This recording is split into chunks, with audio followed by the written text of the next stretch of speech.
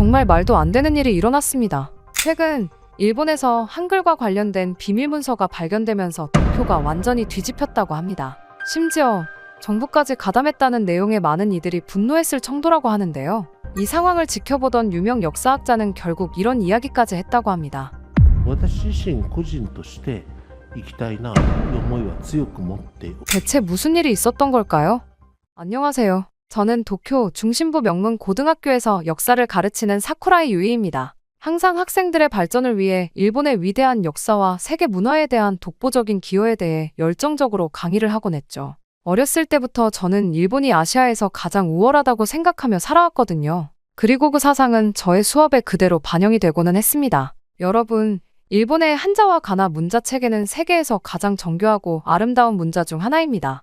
한국의 한글 같은 인위적으로 만들어진 단순한 문자와는 비교할 수도 없죠. 우리의 문자는 수천 년의 역사와 전통이 담겨 있습니다. 이렇게 한국이나 한국 문화에 관한 주제가 나올 때마다 저는 일본의 우월성을 강조하곤 했어요. 솔직히 말해서 한국은 문화적으로나 역사적으로나 일본보다 한참 뒤처진 나라라고 생각했거든요. 한글? 그저 단순하고 조잡한 기호에 불과하다고 여겼죠. 진정한 문화적 깊이가 없는 나라의 조잡한 발명품이라 생각했어요. 전 세계적으로만 봐도 그렇지 않나요? 한글을 공부하는 사람보다 일본어를 공부하는 사람들이 훨씬 많아요. 발음도 하기 힘든 그런 한글보다는 아름다운 곡선과 견고한 획을 가지고 있는 저희의 히라가나와 가타카나가 훨씬 매력 있는 것도 사실이고요. 외국 영화만 봐도 아시아를 표현할 때 일본어가 가장 많이 나오고 그 다음이 중국어예요. 그런데 한글? 솔직히 저는 본 적도 없는 것 같네요. 그만큼 사람들이 관심이 없다는 뜻이죠. 그래서 요즘 화가 많이 나고는 해요. 열등한 한글을 굳이 배우는 학생들이 늘어나고 있거든요. 차라리 쓸모가 많은 영어나 중국어라면 모를까 대체 한국어를 왜 공부하는지 이해가 가지를 않습니다. K-팝이나 한국 드라마가 흥하면서 아이들을 너무 망쳐놓은 것 같은 생각에 수업 시간이라도 아이들을 일깨워주기 위해 저는 최선을 다하는 것뿐이죠. 그런 생각으로 수업을 마치고 교무실로 돌아오는 길에 한국에서 교환학생으로 온 학생이 인사를 건넸습니다. 저는 형식적인 미소로 응대했지만 속으로는 그 학생이 일본 학생들과 어울리려 애쓰는 모습이 우습게 느껴졌어요. 아무리 노력해도 결국 일본 문화의 깊이를 이해할 수 없겠지라고 생각했습니다. 물론 그때는 알지 못했습니다. 이 모든 것들이 산산이 조각날 거란 사실을 말이죠. 그날 저녁 어머니로부터 전화가 왔어요. 할아버지의 유품 정리를 시작해야 할 때가 됐다고 하셨습니다. 할아버지 사쿠라이 코이치는 도쿄대학 언어학과 명예교수로 일본 언어학계의 큰 별이셨어요. 제가 가장 존경하는 분이었죠. 할아버지가 돌아가신 지 벌써 49일이 지났다니 시간은 참 빠르게 흘러갑니다. 할아버지는 항상 일본 문화의 우수성과 독자성을 강조하셨습니다. 사실 제가 한국에 대한 경멸적인 시각을 갖게 된 것도 어쩌면 할아버지의 영향이 컸을지도 모릅니다. 유이, 우리 일본은 동아시아의 빛이다. 다른 나라들이 우리를 모방하려 해도 결코 따라올 수 없지. 라는 말씀을 자주 하셨거든요. 할아버지 댁에 도착해 서재로 향했습니다. 문을 열자 익숙한 종이와 오래된 책 냄새가 코끝을 스쳤어요. 대학 도서관처럼 책으로 가득 찬 서재에서 깊은 숨을 들이마셨습니다. 할아버지의 책상에는 언제나처럼 꼼꼼하게 정리된 서류들이 놓여 있었어요. 정리를 시작하며 서랍을 하나씩 열어보았습니다. 마지막 서랍에서 손때가 묻어 윤이 나는 고풍스러운 가죽 상자를 발견했어요. 상자를 조심스럽게 꺼내 책상 위에 올려놓았죠. 상자를 열자 누렇게 변색된 문서들이 가지런히 정리되어 있었습니다. 그때 제 하나의 문서가 제 눈에 들어왔습니다. 바로 일본 정부의 공식 도장이 찍힌 기밀문서였죠. 그런데 이상했습니다. 문서에 적힌 글자들이 일본어가 아니라 한글이었거든요. 순간 온몸에 전율이 흘렀습니다. 역겹다는 생각마저 들었어요. 한국의 그 조잡한 문자가 어떻게 제 할아버지의 소중한 유품 속에 있을 수 있지? 심지어 이건 연구 자료였어요. 혼란스러웠고 불쾌했습니다. 제가 가장 존경하는 할아버지의 서재에서 한글 문서가 나왔다니. 할아버지가 왜 하필 한국의 한글을 연구하셨지? 이건 말도 안 돼. 이해할 수 없었어요. 문서를 더 자세히 살펴보니 1980년대 후반에 작성된 것으로 보였습니다. 할아버지께서 한창 활발하게 연구하시던 시기였죠. 문서 상단에는 극비라는 일본어 표시가 선명했어요. 가죽 상자 안에는 더 많은 한글 문서와 함께 할아버지의 연구 노트가 있었습니다. 연구 노트에는 할아버지의 익숙한 필체로 한글에 대한 분석과 메모가 가득했어요. 놀랍게도 매우 체계적이고 깊이 있는 연구였습니다. 갑자기 어머니의 목소리가 들렸습니다. 깜짝 놀라 상자를 닫으려 했지만 이미 늦었어요. 어머니가 문서를 보셨죠. 저는 할아버지의 옛 연구 자료 같은데 한글에 관한 연구인 것 같다고 말했습니다. 어머니의 표정이 순간 굳어졌어요. 할아버지가 왜 한글을 연구하셨을지 의아하다고 말씀드렸죠. 어머니는 아버지는 언어학자였으니 여러 언어를 연구하셨을 거라고 짧게 대답하셨습니다. 저는 이 상자만 집에 가져가서 좀 더 살펴봐도 되는지 물었어요. 어머니는 잠시 망설이더니 제가 역사교사니 관심이 있겠지만 너무 깊이 파고들지는 말라고 당부하셨습니다. 집으로 돌아와 침대에 누워 생각에 잠겼어요. 할아버지는 왜 한글을 연구하셨을까요? 그것도 정부의 비밀 프로젝트로 머릿속이 혼란스러웠습니다. 내일 자세히 살펴봐야겠다는 생각을 하며 잠을 청했지만 쉽게 잠들 수 없었어요. 제 신념의 근간이 흔들리는 느낌이었습니다. 다음 날 아침 햇살이 커튼 사이로 스며들었을 때 저는 이미 깨어 있었습니다. 밤새 뒤척이며 거의 잠을 이루지 못했어요. 할아버지의 가죽 상자가 제 침대 옆 테이블에 놓여 있었죠. 그 안에 담긴 한글 문서의 의미가 자꾸만 머릿속을 맴돌았습니다. 이제 제대로 읽어봐야겠어. 아침 식사도 거른 채 저는 가죽 상자를 열었어요. 문서들을 하나씩 꺼내 침대 위에 펼쳐놓았습니다.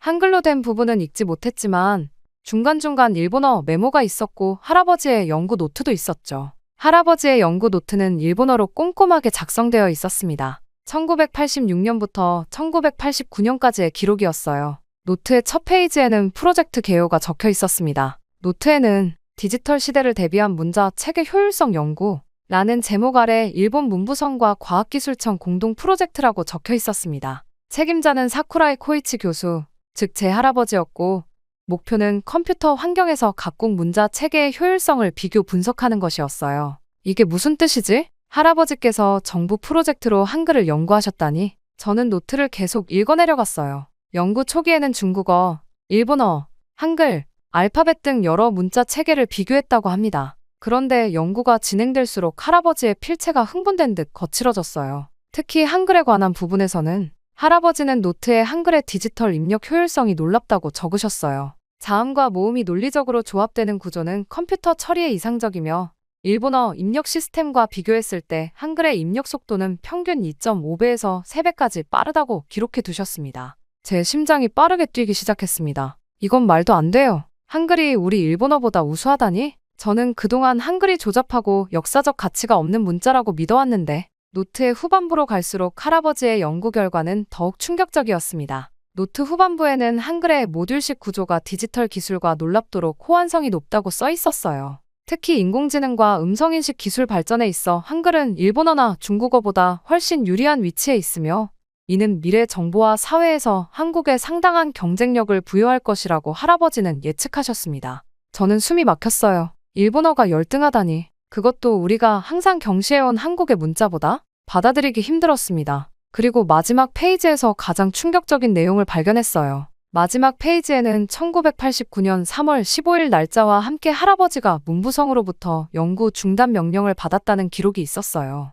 한글의 우수성에 관한 모든 자료는 폐기하라는 지시까지 받았다고 합니다. 문부성은 국가적 자존심과 한국과의 경쟁 관계를 고려했을 때 이런 연구 결과가 공개되면 국익에 심각한 타격이 될 수 있다고 판단했다고 해요. 할아버지는 학자로서 진실을 외면하라는 요구에 분노를 느꼈지만 어쩔 수 없이 따를 수밖에 없었다고 마지막으로 적어두셨습니다. 저는 할아버지의 마지막 메모를 읽고 온몸이 떨렸어요. 일본 정부가 의도적으로 진실을 은폐했다니. 그것도 한국의 것이 우수하다는 사실을 인정할 수 없어서 머릿속이 혼란스러웠습니다. 제가 그동안 믿어온 모든 것들이 거짓이었던 걸까요? 한국과 한글에 대한 저희 경멸적인 시각은 잘못된 것이었을까요? 문서들을 덮고 창밖을 바라보았어요. 아침 햇살이 밝게 빛나고 있었지만 제 마음은 어두웠습니다. 저는 역사교사로서 진실을 추구해야 한다고 믿어왔어요. 하지만 이 진실은 너무 받아들이기 힘들었습니다. 우리 일본이 그것도 정부가 의도적으로 진실을 외면했다니. 전화기가 울렸어요.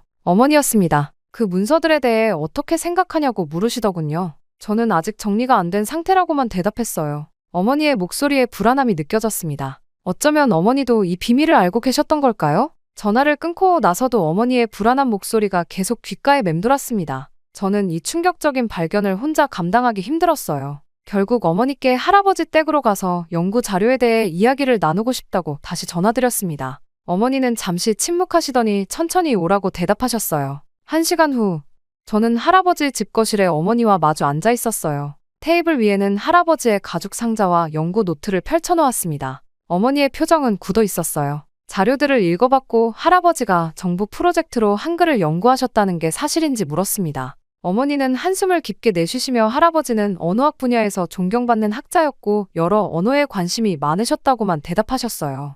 중요한 연구 결과를 왜 숨기셨는지, 한글이 일본어보다 디지털 환경에서 더 효율적이라는 사실을 왜 공개하지 않으셨는지 물었습니다. 어머니의 눈이 순간 날카로워졌어요. 네, 할아버지는 절대로 그런 실수를 했을 리 없다며 강하게 부정하셨습니다. 제가 이것은 실수가 아니라 과학적 연구 결과라고, 할아버지께서 직접 기록하신 내용이라고 연구 노트를 가리키며 말했어요. 어머니는 화를 내며 자리에서 벌떡 일어나셨습니다. 사쿠라이 가문은 대대로 일본의 문화와 전통을 지켜온 명문가라고 하셨어요. 할아버지는 평생 일본 문화의 우수성을 연구하신 분이니 어떻게 한국의 것이 우리보다 우수하다고 인정했을 리가 없다고 단호하게 말씀하셨습니다. 저는 당황했어요. 어머니의 반응이 너무 강경했습니다. 이 문서들이 증거라고, 할아버지는 정직한 학자로서 진실을 기록하셨을 뿐이라고 말씀드렸어요. 어머니의 목소리가 떨렸습니다. 이런 이야기를 밖에서 한다면 가문의 명예가 어떻게 될지 생각해 보았냐고 물으셨어요. 할아버지는 일본 언어학계의 거장이시니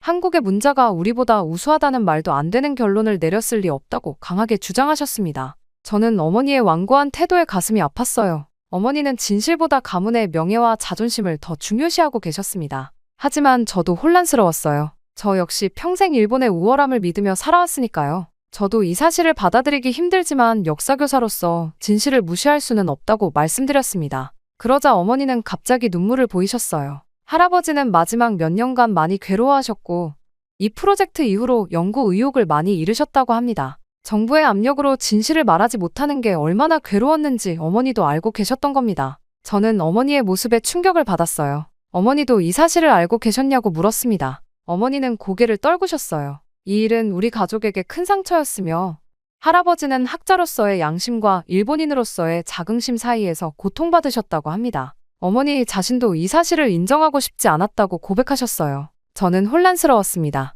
한편으로는 할아버지의 정직함과 학자로서의 양심의 존경심을 느꼈지만 다른 한편으로는 일본인으로서 우리의 문화가 열등하다는 사실을 인정하고 싶지 않았어요. 가족의 명예, 일본의 자존심, 그리고 진실 사이에서 저는 깊은 내적 갈등을 겪고 있었습니다. 이 사실에 대해 더 알아봐야겠다고, 할아버지의 연구를 계속 살펴보겠다고 말씀드렸어요. 어머니는 체념한 듯 고개를 끄덕이셨습니다. 어떤 결정을 내리든 이건 우리 가족의 문제니 밖으로 새어나가지 않도록 조심해달라고 당부하셨어요. 집으로 돌아오는 길, 저는 가을비에 젖어가며 생각했어요. 제가 믿어온 모든 가치관이 흔들리고 있었습니다. 일본인으로서의 자긍심과 역사교사로서 진실을 추구하는 마음 사이에서 저는 어떤 선택을 해야 할까요? 다음 날 아침, 저는 결심을 했습니다. 이 문제를 혼자서는 해결할 수 없었어요. 더 많은 정보가 필요했죠. 할아버지의 연구 노트를 다시 살펴보니 하세가와 신지라는 교수님의 이름이 자주 등장했습니다. 할아버지와 함께 프로젝트를 진행했던 도쿄대학 언어학과 동료였어요.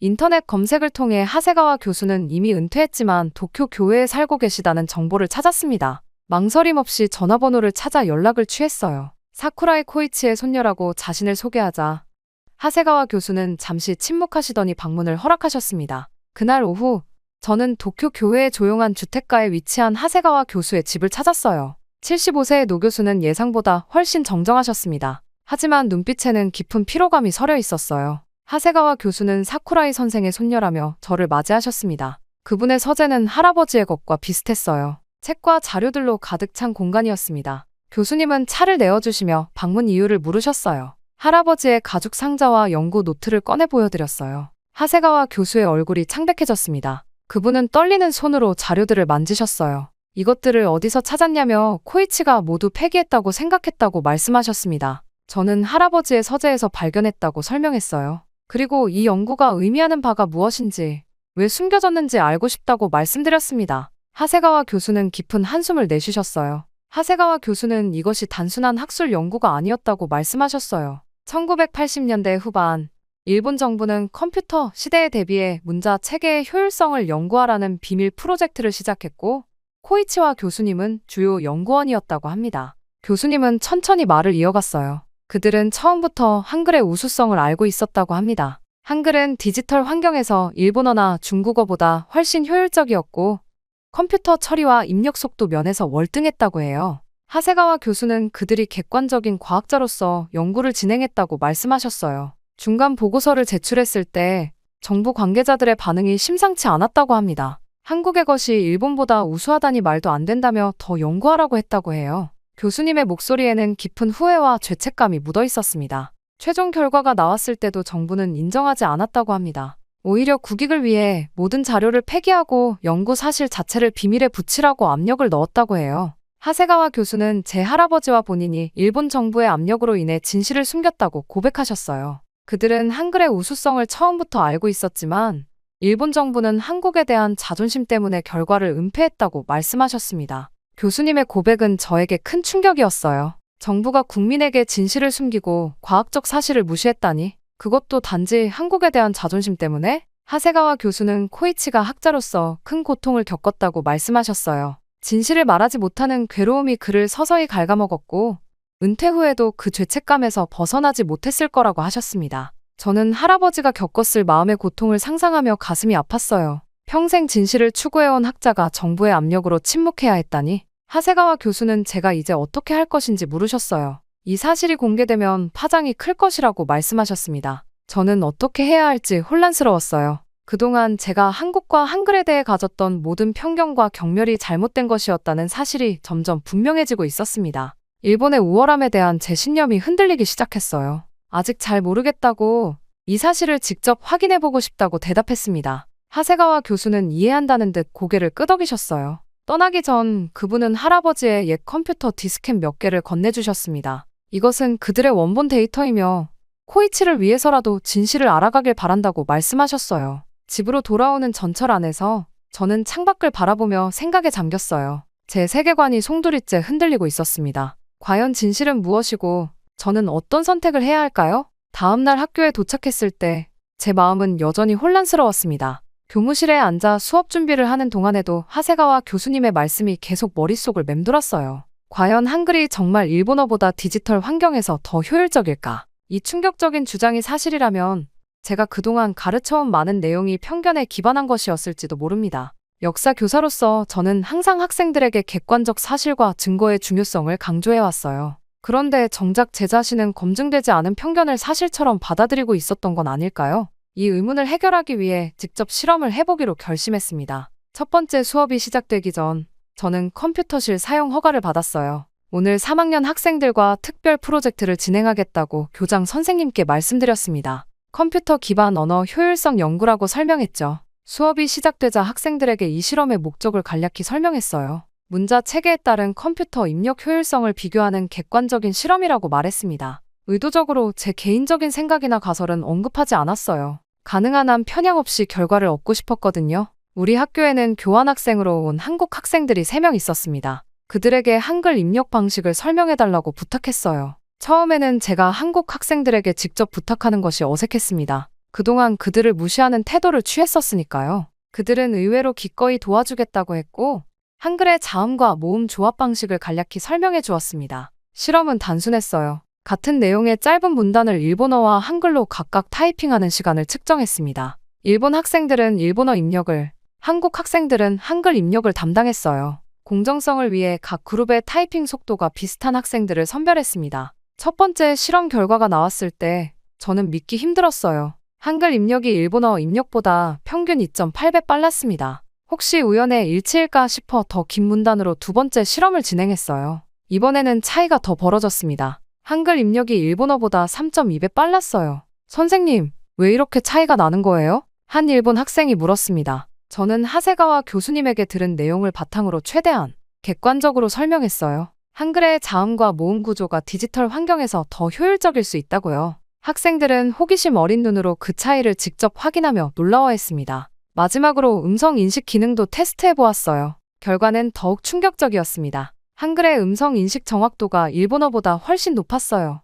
컴퓨터가 한글 발음을 인식하는 속도와 정확도가 일본어보다 약 4배 정도 뛰어났습니다. 교실에 있는 모든 학생들이 이 결과에 놀랐어요. 한국 교환학생들은 자랑스러워 보였고 일본 학생들은 의아해하는 표정이었습니다. 그리고 가장 충격을 받은 사람은 바로 저였어요. 제가 그동안 한글을 얼마나 경멸했는지, 한국 문화를 얼마나 무시했는지 생각하니 부끄러움이 밀려왔습니다. 객관적 데이터와 직접적인 증거 앞에서 제 편견이 무너져 내렸어요. 역사 교사로서 진실을 추구해야 한다고 가르쳐왔지만 정작 저 자신은 검증되지 않은 편견 속에 살아왔던 겁니다. 수업이 끝나고 교무실로 돌아오는 길에 마음이 무거웠어요. 그동안 제가 학생들에게 가르쳐온 많은 내용들, 특히 한국에 관한 내용들이 얼마나 편향되어 있었는지 깨달았습니다. 진실을 외면한 채 자국의 우월함만 강조했던 저희 모습이 부끄러웠어요. 이제 저는 선택의 기로에 서 있었습니다. 이 사실을 어떻게 받아들이고 앞으로 어떻게 행동해야 할까요? 역사 교사로서 그리고 일본인으로서 저희 책임은 무엇일까요?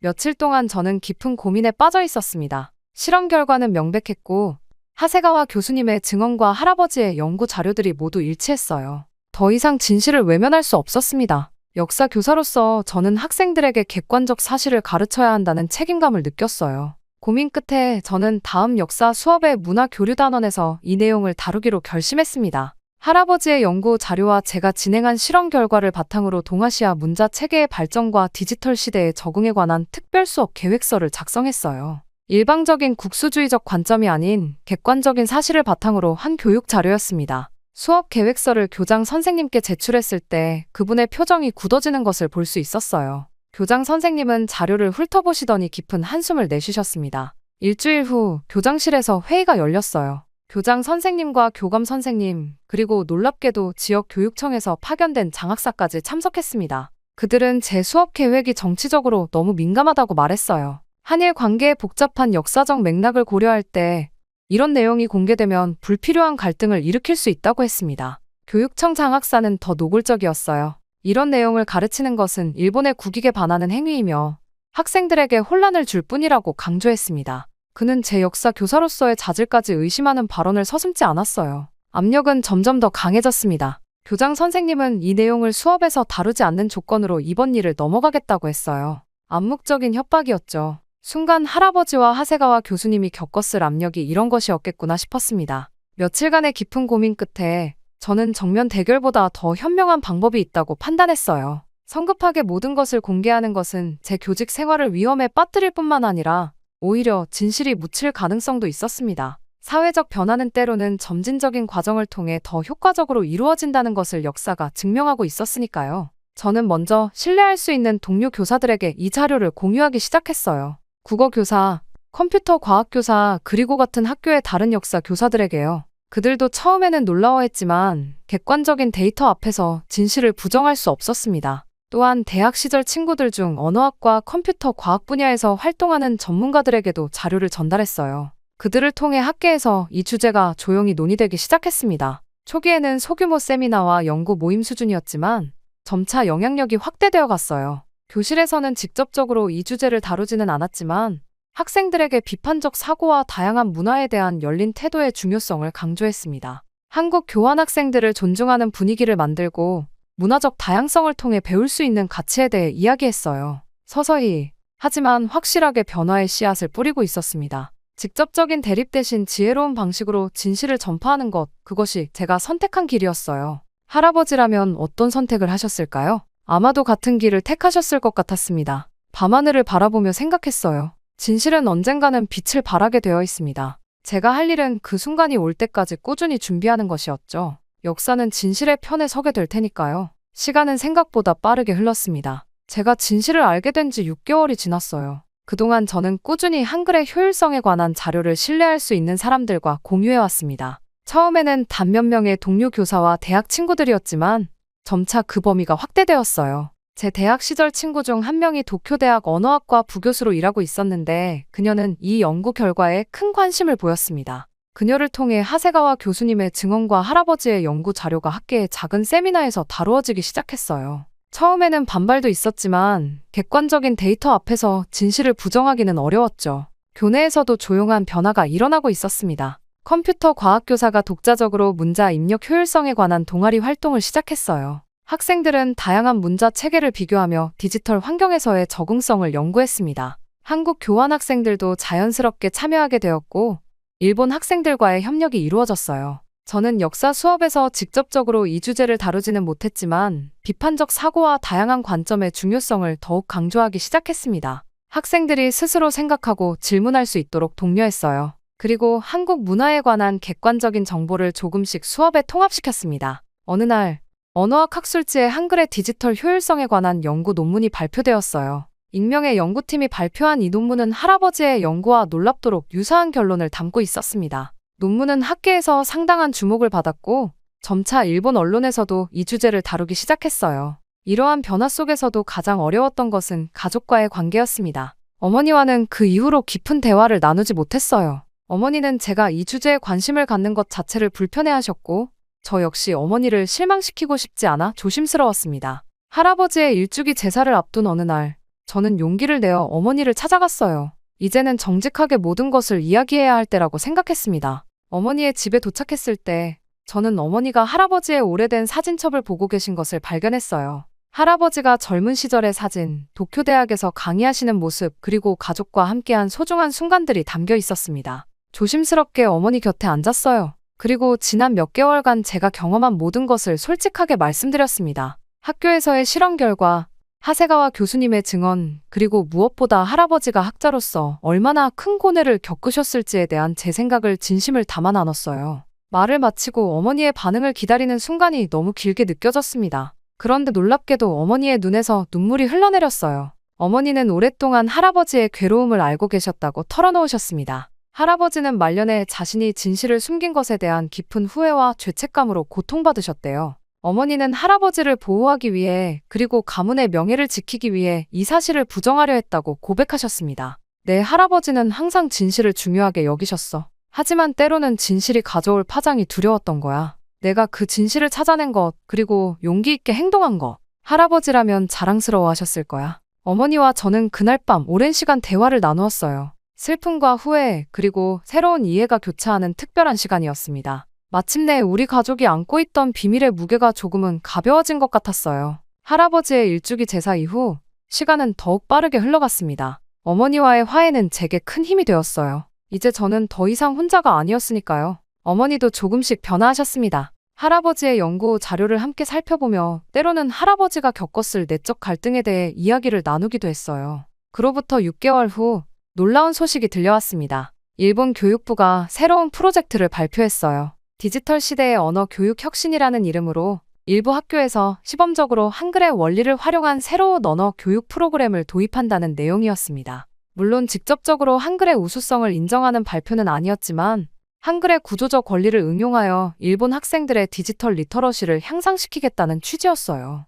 이 소식을 접했을 때 저는 가슴이 벅차올랐습니다. 대학 시절 친구로부터 전화가 왔어요. 그녀는 이 프로젝트의 자문위원으로 참여하게 되었다며 이것이 할아버지와 하세가와 교수님의 연구가 마침내 빛을 보게 된 순간이라고 기뻐했습니다. 프로젝트 발표 후 언론에서도 이 주제에 관심을 보이기 시작했어요. 디지털 시대에 적합한 언어 교육이라는 주제로 특집 기사가 나오기 시작했고 전문가들은 조심스럽게 한글의 효율성에 대해 언급하기 시작했습니다. 물론 여전히 반발과 논쟁이 있었지만 객관적인 사실을 바탕으로 한 논의가 이루어지기 시작했다는 것 자체가 큰 변화였어요. 우리 학교도 시범 학교 중 하나로 선정되었습니다. 교장 선생님은 여전히 불편한 기색이었지만 교육부의 공식 프로젝트인 만큼 거부할 수 없었어요. 저는 프로젝트 참여 교사로 지원했고 놀랍게도 승인받았습니다. 프로젝트 시작일, 저는 3학년 학생들과 함께 새로운 수업을 시작했어요. 한글의 원리를 설명하면서 동시에 문자 체계의 다양성과 각 체계가 가진 장단점에 대해 객관적으로 이야기했습니다. 학생들은 호기심 어린 눈으로 이 새로운 접근 방식을 받아들였어요. 수업이 끝날 무렵 한 학생이 질문했습니다. 선생님, 왜 지금까지 이런 내용을 배우지 않았나요? 한글의 효율성이 이렇게 높다면 우리가 먼저 받아들였으면 더 좋지 않았을까요? 그 순간 교실 안이 조용해졌어요. 모든 학생들의 시선이 저에게 향했습니다. 저는 깊은 숨을 들이마시고 솔직하게 대답했습니다. 저는 오랫동안 일본이 한국보다 우월하다고 생각했습니다. 많은 사람들이 그렇게 믿어왔고 저 역시 그런 편견 속에서 살았어요. 하지만 결국 진실은 드러났고 좋은 것은 강요하지 않아도 자연스럽게 선택됩니다. 역사가 우리에게 가르쳐주는 건 진실만이 지속된다는 사실입니다. 교실은 잠시 고요했다가 이내 학생들의 진지한 대화로 채워졌어요. 그들은 서로의 생각을 나누며 어떤 학생은 한국에 대한 자신의 편견을 돌아보기도 했습니다. 그 순간 저는 변화가 이미 시작되었음을 느꼈어요. 그날 저녁 할아버지의 사진을 바라보며 생각했습니다. 할아버지가 꿈꾸었던 세상, 진실이 존중받는 세상이 조금씩 현실이 되어가고 있었어요. 물론 아직 갈 길이 멀고 이 변화가 완전히 정착되기까지는 더 많은 시간이 필요할 것입니다. 하지만 중요한 첫걸음은 이미 내딛었어요. 창밖으로 보이는 도쿄의 밤하늘을 바라보며 미소 지었습니다. 진실은 언젠가 빛을 발한다는 할아버지의 믿음이 현실이 되어가고 있었으니까요. 그리고 저는 그 여정의 일부가 되어 있었습니다. 충격적인 일이 벌어졌습니다. 최근 미국의 하버드 대학교가 한 학생의 발표로 뒤집어졌다고 합니다. 많은 학생들이 올바른 교육을 해야 한다며 항의까지 했을 정도라고 하는데요. 놀라운 건 발표 학생이 바로 한국인이라는 점이죠. 사건 이후 한 군사 기자는 한국의 국방은 일본을 넘어섰다 라고 이야기했을 정도라고 합니다. 대체 무슨 일이 있었던 걸까요? 안녕하세요. 저는 미국 하버드 대학교에서 정치학을 전공하는 제이슨 밀러입니다. 오늘은 제가 한국에 대한 생각이 완전히 바뀐 그날의 이야기를 들려드리려고 해요. 사실 저는 아시아에 대한 편견이 있었습니다. 특히 한국이란 나라를 떠올리면 그저 일본과 중국 사이에 끼어서 눈치 보며 살아가는 작은 나라 정도로만 생각했죠. K-팝이나 드라마가 유명하다지만 군사력이나 국제 정치에서는 별로 중요하지 않은 나라라고 여겼어요. 제 머릿속에서 한국은 미국의 보호가 없었다면 오늘날까지 존재하지도 못했을 나라였다고 생각했죠. 특히 최근에는 대통령도 없어진 나라라고 생각했고요. 트럼프가 미군을 곧 철수시킨다던데 뭐 그럼 북한에 잡아먹히는 건 시간 문제겠구나 생각했죠. 물론 그날이 오기까진 말입니다. 그날은 평범한 월요일 아침이었습니다. 세계 군사력 분석 수업이 시작되고 저는 여느 때처럼 앞자리에 앉아 있었죠. 교수님이 유럽과 미국의 군사력을 설명하실 때는 저도 열정적으로 손을 들어가며 토론에 참여했습니다. F-35의 스텔스 성능이 정말 대단하죠. 미국의 항공모함 전단이 세계 최강이에요. 라며 신나게 이야기했어요.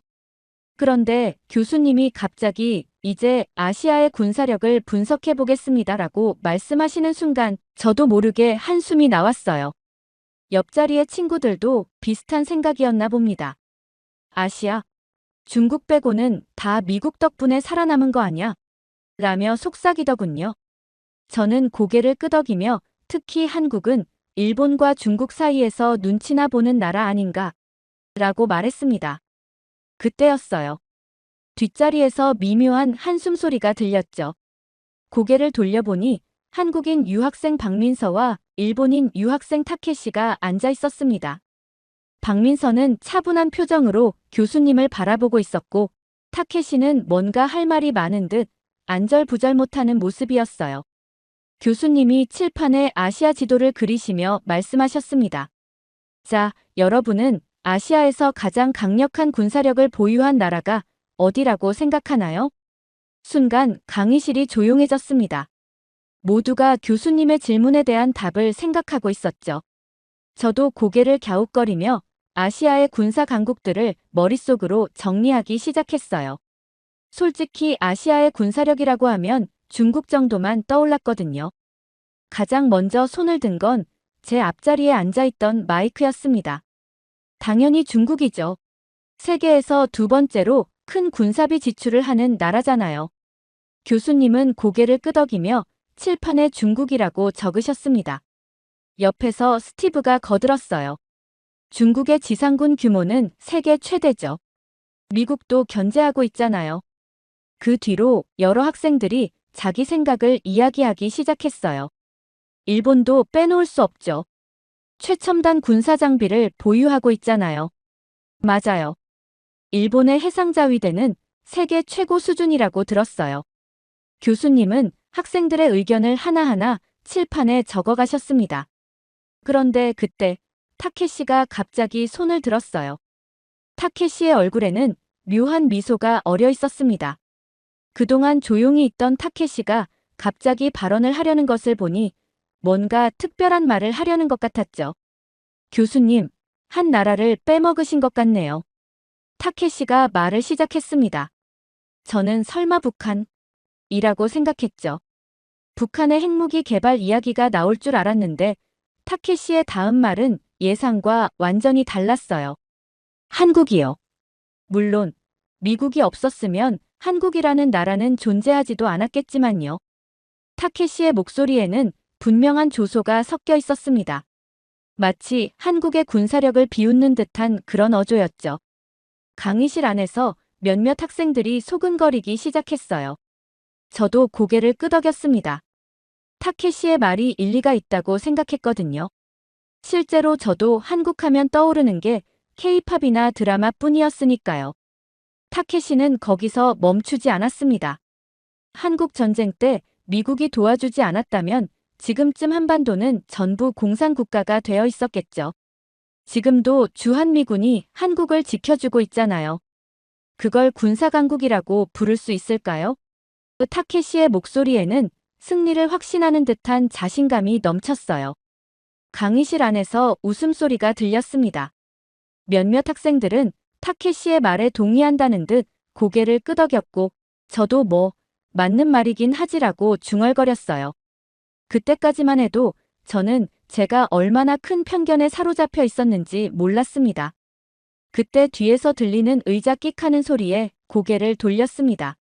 박민서가 자세를 바로 하고 있었어요. 늘 온화하던 박민서의 표정이 굳어 있었죠. 차분해 보이는 표정 아래로 뭔가 강한 감정이 느껴졌어요. 박민서의 눈빛에서 이상한 기운을 느꼈습니다. 그건 분노라기보다는 뭔가를 증명해 보이겠다는 강한 의지 같았어요. 타케시는 여전히 승리자의 미소를 지으며 자리에 앉았지만 강의실의 공기는 묘하게 무거워져 있었습니다. 강의실의 무거운 공기를 깨고 박민서가 천천히 일어섰습니다. 타케시의 도발적인 발언에도 그의 목소리는 조용하면서도 단호했어요. 마치 오랫동안 준비해온 답변을 하는 것처럼 침착했습니다. 타케시 씨. 박민서가 타케시를 똑바로 바라보며 말을 시작했습니다. 당신은 한국군이 일본보다 약하다고 생각하시나요? 갑작스러운 질문에 타케시는 잠시 당황한 듯 했지만 이내 비웃듯 웃으며 대답했어요. 당연하죠. 일본은 세계 3위의 경제대국이에요. 첨단 무기도 많고 미군과의 동맹도 강력하죠. 한국이 감히 비교될 대상이 아닙니다. 타케시는 마치 승리를 확신하는 듯한 표정이었어요. 저도 고개를 끄덕였습니다. 일본의 경제력이나 기술력을 생각하면 당연한 이야기라고 여겼거든요. 하지만 박민서의 다음 질문은 강의실의 분위기를 완전히 뒤집어 놓았습니다. 그럼 일본 자위대는 실전 경험이 있나요? 순간 강의실이 쥐 죽은 듯 조용해졌어요. 타케시의 얼굴에서 자신만만한 미소가 순식간에 사라졌습니다. 박민서는 마치 오래전부터 이 순간을 기다려왔다는 듯 차분하게 말을 이어갔어요. 한국군은 수십 년간 실제 전투를 경험했습니다. 1999년 제1연평해전, 2002년 제2연평해전, 2009년 대청해전. 이 모든 교전에서 한국군은 실질적인 승리를 거뒀어요. 교수님이 환한 미소를 지으며 박민서의 발언에 힘을 실어주셨습니다. 박민서 학생 말이 맞습니다. 한국군은 실전 경험이 풍부한 군대죠. 북한과의 여러 해상 교전에서 승리를 거두며 실전 능력을 입증했을 뿐만 아니라 현대전에 걸맞은 첨단 전력도 보유하고 있습니다. 타케시의 얼굴이 점점 굳어갔어요. 더 이상 아까 같은 여유로운 표정이 아니었죠. 박민서는 거기서 멈추지 않았습니다. 게다가 한국군은 지금도 매일같이 실전과 같은 상황에 대비하고 있어요. 북한과의 군사분 개선에서는 언제든 전투가 벌어질 수 있는 긴장 상태가 이어지고 있죠. 반면 일본 자위대는 강의실의 분위기가 순식간에 바뀌었습니다. 아까까지 타케시의 말에 동조하던 학생들의 시선이 이제는 박민서에게로 쏠렸어요. 교수님은 마치 이런 상황을 예상하고 계셨다는 듯 만족스러운 미소를 지으셨습니다. 저는 그제서야 깨달았습니다. 제가 얼마나 피상적으로 한국의 군사력을 평가하고 있었는지를요. 경제력이나 첨단 장비만이 군사력의 전부가 아니었던 거죠. 실전 경험과 실질적인 전투 능력이 얼마나 중요한지, 그리고 한국군이 그것을 가지고 있다는 사실에 충격을 받았습니다. 강의실은 이제 완전히 다른 공기로 가득 찼어요. 마치 우리 모두가 뭔가 새로운 사실을 발견한 것 같은 그런 분위기였습니다. 그때 교수님이 천천히 자리에서 일어나셨습니다. 강의실 전체를 둘러보시더니 의미심장한 미소를 지으셨어요. 교수님의 표정에서는 뭔가 특별한 이야기를 준비하고 계시다는 게 느껴졌습니다. 여러분, 한국은 단순히 현대에 와서 군사력을 갖춘 게 아닙니다. 역사적으로도 놀라운 군사 전략과 전술을 가진 나라였죠. 교수님은 칠판에 1597년 명량해전이라고 크게 적으셨어요. 그리고는 반 전체를 보시며 말씀하셨습니다. 교수님의 목소리에는 평소와는 다른 열정이 묻어났어요. 여러분은 세계 해전사에서 가장 놀라운 승리가 무엇인지 아시나요? 바로 조선의 이순신 장군이 이끈 명량해전입니다. 단 12척의 배로 330척에 달하는 일본 함대를 무찌렀죠. 강의실에서 놀란 탄성이 터져 나왔어요. 누군가는 말도 안 돼요. 라고 외쳤고 다른 학생들도 놀라움을 감추지 못하고 술렁거렸죠. 저도 믿기 힘들어 고개를 갸웃거렸습니다. 12척으로 330척을 상대한다는 건 말이 안 되는 것처럼 들렸거든요. 수학적으로도 말이 되지 않는 숫자였습니다. 교수님은 우리의 반응을 즐기시는 듯 잠시 멈추셨다가 계속해서 설명하셨습니다. 이순신 장군은 좁은 울돌목의 지형과 조류를 이용해 압도적인 숫자의 적을 물리쳤어요. 이것은 세계 해군사에서도 유례를 찾아보기 힘든 대승리였습니다. 그런데 갑자기 타케시가 자리에서 벌떡 일어났어요. 의자가 뒤로 밀리면서 끼익하는 소리가 났고 그의 얼굴은 붉게 달아올라 있었습니다. 마치 자신의 자존심에 상처를 입은 것처럼 보였어요. 그건 400년도 넘은 옛날 이야기잖아요. 지금이랑 무슨 상관이 있다는 거죠? 타케시의 목소리가 떨리고 있었어요. 더 이상 아까 같은 여유는 찾아볼 수 없었죠. 그의 손은 책상을 꽉 쥐고 있었고 평소의 침착한 모습은 온데간데 없었습니다. 교수님은 여전히 차분한 미소를 유지하신 채 대답하셨습니다. 마치 이런 반응을 예상하고 계셨다는 듯한 표정이었어요. 역사는 한 나라의 군사적 DNA를 보여주는 중요한 지표입니다. 전략적 사고방식과 군사 문화는 쉽게 바뀌지 않거든요. 그때 박민서가 다시 입을 열었습니다. 그의 목소리는 여전히 차분했어요. 오히려 타케시가 흥분할수록 더욱 침착해지는 것 같았습니다. 타케시 씨 말씀대로 현대의 이야기를 해보죠. 그렇다면 현대 군사력을 이야기해 볼까요? 순간 타케시의 얼굴에서 혈색이 싹 가셨어요. 마치 자신이 피하고 싶었던 주제를 박민서가 꺼낸 것처럼 보였습니다. 아까의 붉은 얼굴은 어디 가고 이제는 창백해진 얼굴로 자리에 주저앉았죠. 저는 그제서야 궁금해졌어요.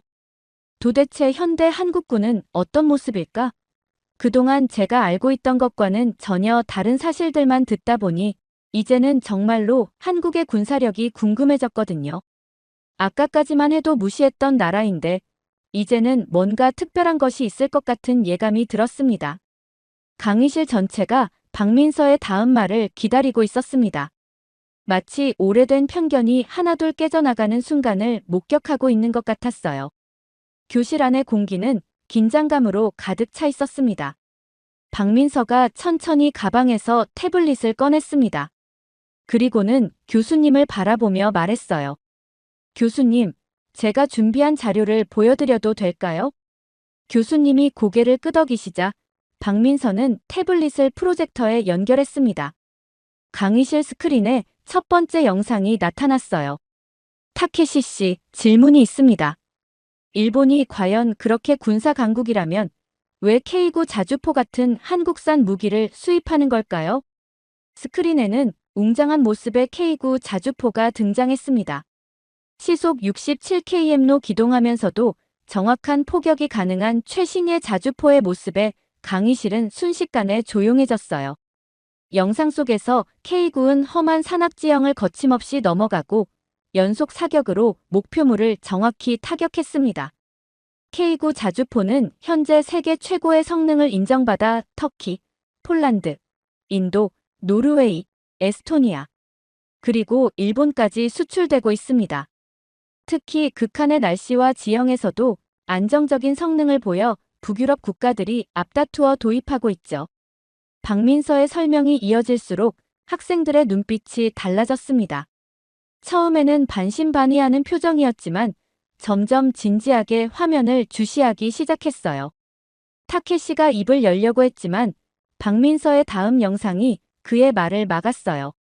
스크린에는 이번엔 전투기가 등장했습니다. 이건 한국이 개발한 FA-50 경공격기입니다. 이미 여러 국가에 수출되어 실전에서 그 성능을 인정받은 전투기죠. 그리고 이건 박민서가 다음 영상을 보여주었어요. 현재 개발 중인 KF-21 전투기입니다. 4.5세대 전투기로 스텔스 성능까지 갖추고 있죠. 헐, 한국이 전투기도 개발한다고. 강의실 앞자리에 앉아있던 마이크가 놀란 목소리로 외쳤습니다. 다른 미국 학생들도 믿을 수 없다는 듯 고개를 저었어요. 옆자리의 스티브는 우리도 한국의 군사력에 대해 너무 모르고 있었나 봐라고 중얼거렸습니다. 타케시는 마지막으로 한 번 더 반박을 시도했습니다. 하지만 그의 목소리에는 이미 확신이 사라져 있었어요. 그래도 일본 자위대가 더 강할걸요? 그때 교수님이 자리에서 일어나셨습니다. 그렇지 않습니다. 일본은 헌법상 전쟁할 수 없는 나라입니다. 자위대는 실질적인 전투를 한 적이 없죠. 현대전에서 실전 경험만큼 중요한 것은 없습니다. 교수님의 말씀이 이어지는 동안 타케시의 표정이 굳어갔습니다. 아까까지 자신만만하던 모습은 온데간데 없이 사라졌고 창백한 얼굴로 책상만 바라보고 있었어요. 자신의 오만함이 하나둘 무너지는 걸 직접 목격하는 듯 했습니다. 강의실은 이제 완전히 다른 분위기였습니다. 아까까지 한국을 과소평가하던 학생들의 눈빛이 달라져 있었어요. 저도 마찬가지였습니다. K-팝과 드라마만 떠올리던 한국의 이미지가 순식간에 강한 군사 강국으로 바뀌어가고 있었거든요. 그리고 이건 시작에 불과했다는 걸 저는 그때는 몰랐습니다. 박민서는 잠시 숨을 고르더니 이번에는 완전히 다른 영상을 보여주기 시작했습니다. 강의실 스크린에는 한국군의 실제 훈련 모습이 나타났어요. 한국군의 진정한 강점은 바로 이것입니다. 우리는 실전 경험이 있고 지금 이 순간에도 북한과 대치하며 24시간 대비 태세를 유지하고 있어요. 영상 속에는 한국군이 혹한기 훈련을 하는 모습이 나왔습니다. 영하 20도가 넘는 추위 속에서도 완전 무장한 채 작전을 수행하는 모습이었어요. 이어서 특전사의 전투훈련, 해군의 대잠수함 작전, 공군의 야간 비행훈련 장면이 차례로 이어졌습니다. 우리는 언제든 전쟁이 일어날 수 있다는 긴장감 속에서 살아갑니다. 이것은 약점이 아닌 강점이 되었죠. 모든 훈련이 실전처럼 이루어지고 모든 준비가 실제 전투를 위한 것입니다. 교수님이 박민서의 말에 덧붙이셨습니다. 한국군은 현재 세계 7위의 군사력을 보유하고 있습니다. 특히 주목할 점은 유럽과 미국의 군사 전문가들도 한국의 군사 전략을 연구하고 있다는 거죠. 강의실이 다시 한번 조용해졌습니다. 이번에는 충격이나 놀라움이 아닌 깊은 이해와 존중이 느껴지는 침묵이었어요. 실제로 나토 군사훈련에 한국군이 참관국으로 초청받는 경우가 많습니다. 특히 북한과의 대치 상황에서 발전시킨 한국군의 전술과 전략은 현대전에서 매우 중요한 연구 대상이 되고 있죠. 교수님의 설명이 이어지는 동안 타케시의 얼굴이 점점 붉어져 갔습니다. 하지만 이번에는 분노나 반발심 때문이 아닌 것 같았어요. 그의 표정에는 부끄러움과 당혹감이 가득했습니다. 박민서가 다시 말을 이었습니다. 우리는 매일 새벽 4시부터 철책선과 해안선을 따라 순찰을 돕니다. GP에서는 24시간 교대로 감시가 이루어지고 레이더 기지에서는 단 1초도 눈을 떼지 않죠. 이게 바로 실전입니다. 저는 처음 듣는 이야기들에 완전히 압도되었어요. GP가 뭔지, 철책선이 정확히 어떤 것인지는 몰랐지만 한국군이 얼마나 긴장된 상황에서 임무를 수행하고 있는지는 충분히 이해할 수 있었습니다. 타케시는 이제 말을 잇지 못했어요. 그의 얼굴은 완전히 붉어져 있었고 손끝이 미세하게 떨리는 게 보였습니다. 아까의 자신만만한 모습은 온데간데 없이 사라졌죠.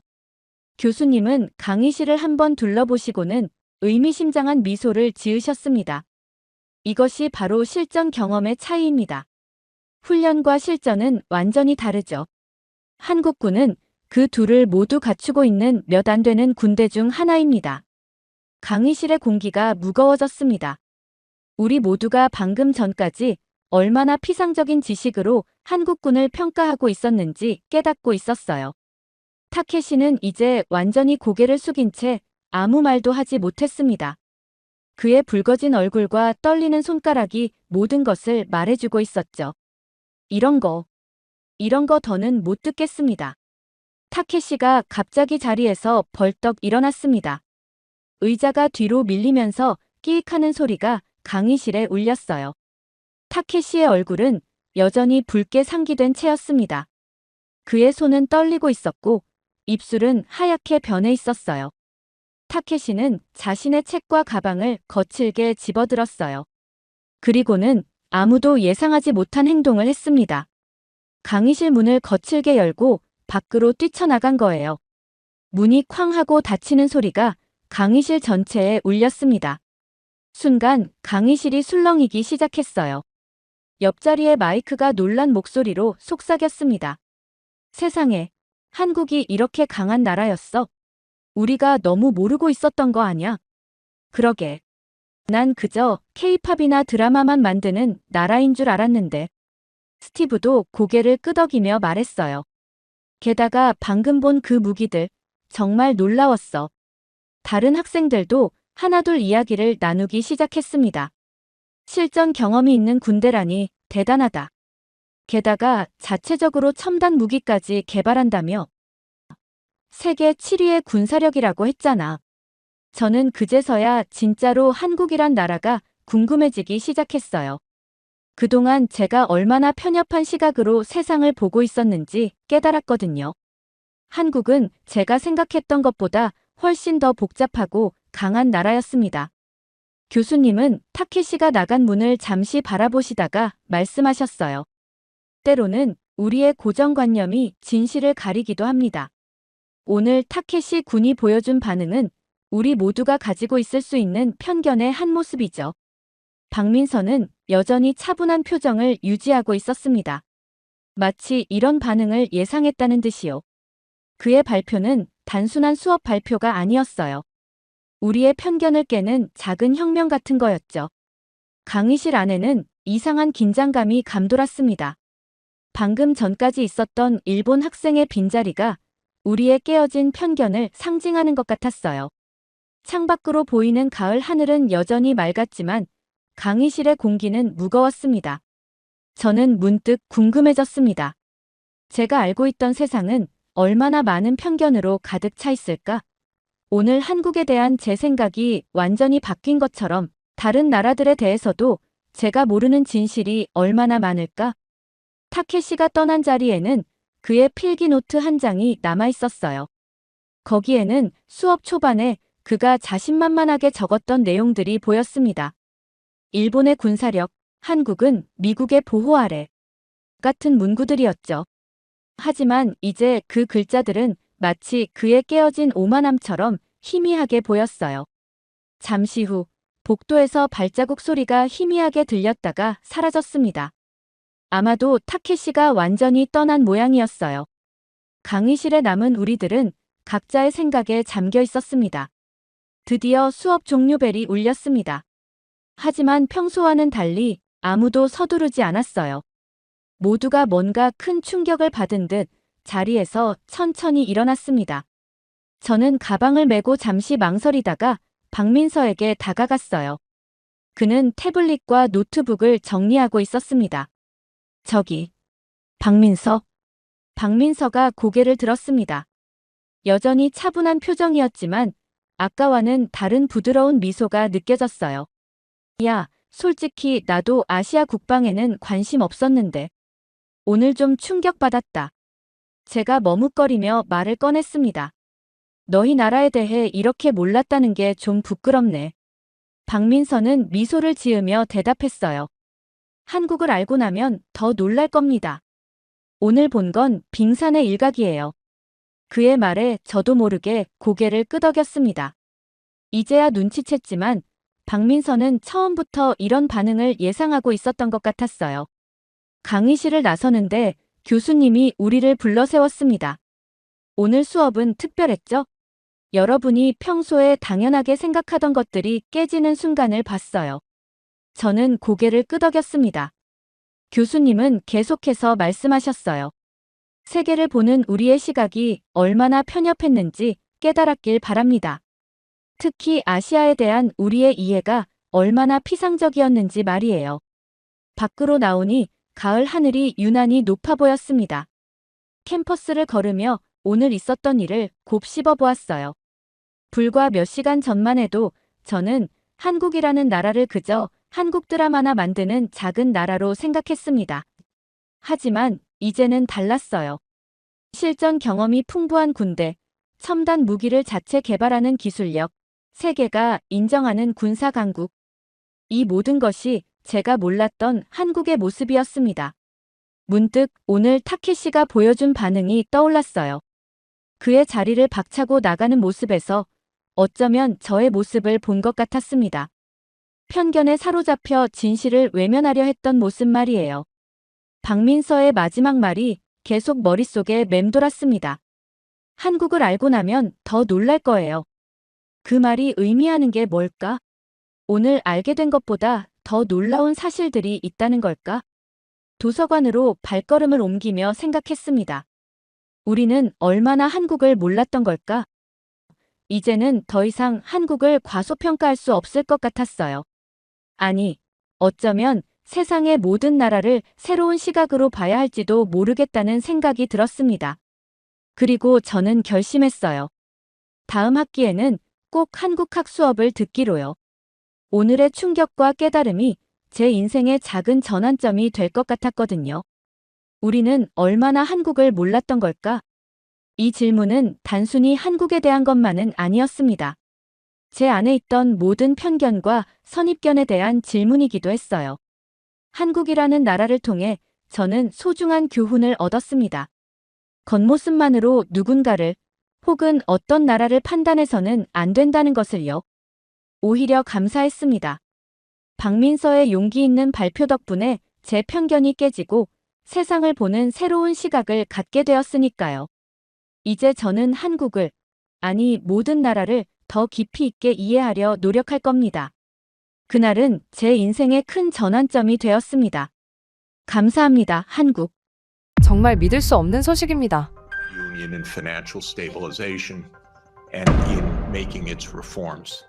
미국의 회의장, 유명 정치인의 발언에 그 자리에 있던 사람들이 경악을 금치 못했다고 합니다. 절대 있을 수 없는 일이라며 반발이 심했다고 하죠. 하지만 이후 한 영상을 틀자마자 모두들 박수를 치며 그의 발언을 지지하기 시작했다고 하는데요. 심지어 트럼프마저 곧바로 긴급 검토에 들어갔다고 합니다. 대체 무슨 일이 있었던 걸까요?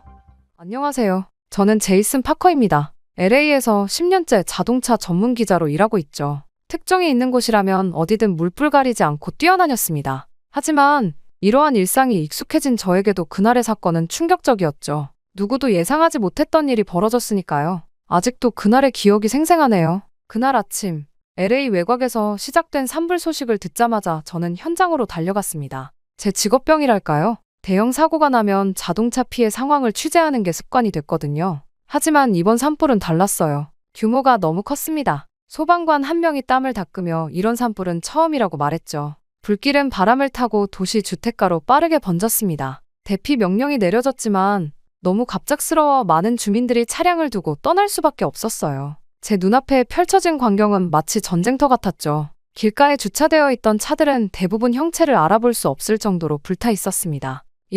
이게 정말? 입에서 나오려던 말이 목구멍에 걸려 나오지 않았어요. 10년간 수많은 사고 현장을 다녔지만 이런 참혹한 광경은 처음이었습니다. 카메라를 들고 주변을 촬영하며 믿을 수 없다고 중얼거렸어요. 금속 프레임까지 녹아내린 차량들 사이로 걸어가는데 그때 갑자기 이상한 것이 눈에 들어왔습니다. 불에 탄 차들 사이에 멀쩡히 서 있는 한 대의 차량이었죠. 눈을 몇 번이나 깜빡였습니다. 환상을 보는 건가 싶었어요. 이게 말이 돼. 저도 모르게 소리쳤습니다. 동행한 사진기자가 손가락으로 가리켰습니다. 가까이 다가가 보니 주변 차량들은 모두 불에 타 형체도 알아볼 수 없는데 그 차만 마치 불길을 피해간 듯 멀쩡했어요. 약간의 그을음만 묻어있을 뿐 창문도 타이어도 온전했습니다. 심장이 빠르게 뛰기 시작했죠. 가슴이 두근거리는 느낌이 들었습니다. 이건 불가능한 일이에요. 놀라움에 목소리가 떨렸어요. 현장에 있던 소방관도 의아한 표정이었죠. 차량을 자세히 살펴보니 한국 자동차 브랜드인 현대자동차였어요.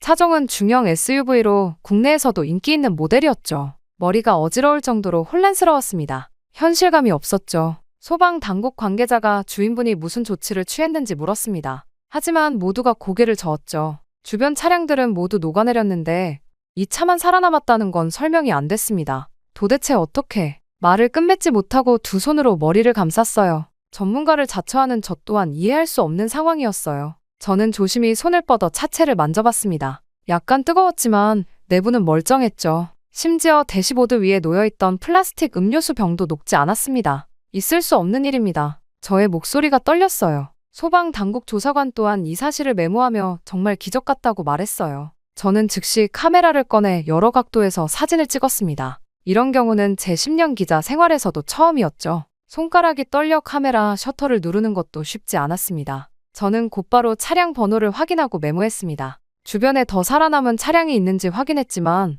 오직 이 한국 브랜드 차량만이 불길 속에서 살아남았어요. 이건 분명 특종감이었습니다. 흥분으로 숨이 가빠졌죠. 다리가 후들거렸습니다. 소방서 관계자와 자동차 엔지니어들이 모여들기 시작했죠. 모두 도대체 어떻게 이 차만 멀쩡한 건지 궁금해했습니다. 그들의 표정에서 혼란과 호기심이 보였어요. 저는 곧바로 카메라를 켜고 현장 리포트를 시작했습니다. 아드레날린이 솟구쳐 오르는 것을 느꼈죠. 그렇게 산불 현장에서 찍은 그 한국차 사진이 방송된 지 단 몇 시간 만에 일이 커졌습니다. 제 리포트가 지역 뉴스에서 전국 방송으로 확대됐고 소셜미디어에서는 폭발적인 반응이 일어났어요. 아침에 일어나 보니 제 인스타그램은 알림으로 가득했죠. 많은 팔로워들이 믿을 수 없다며 조작 의혹을 제기했습니다. 일부는 한국차만 살아남았다는 사실에 의심을 표했고 또 다른 이들은 한국차의 우수성을 칭찬했어요. SNS에서는 해시태그 불타지 않는 자동차가 트렌드에 올랐습니다. 사람들은 제가 찍은 사진을 공유하며 각자의 의견을 내놓기 시작했어요.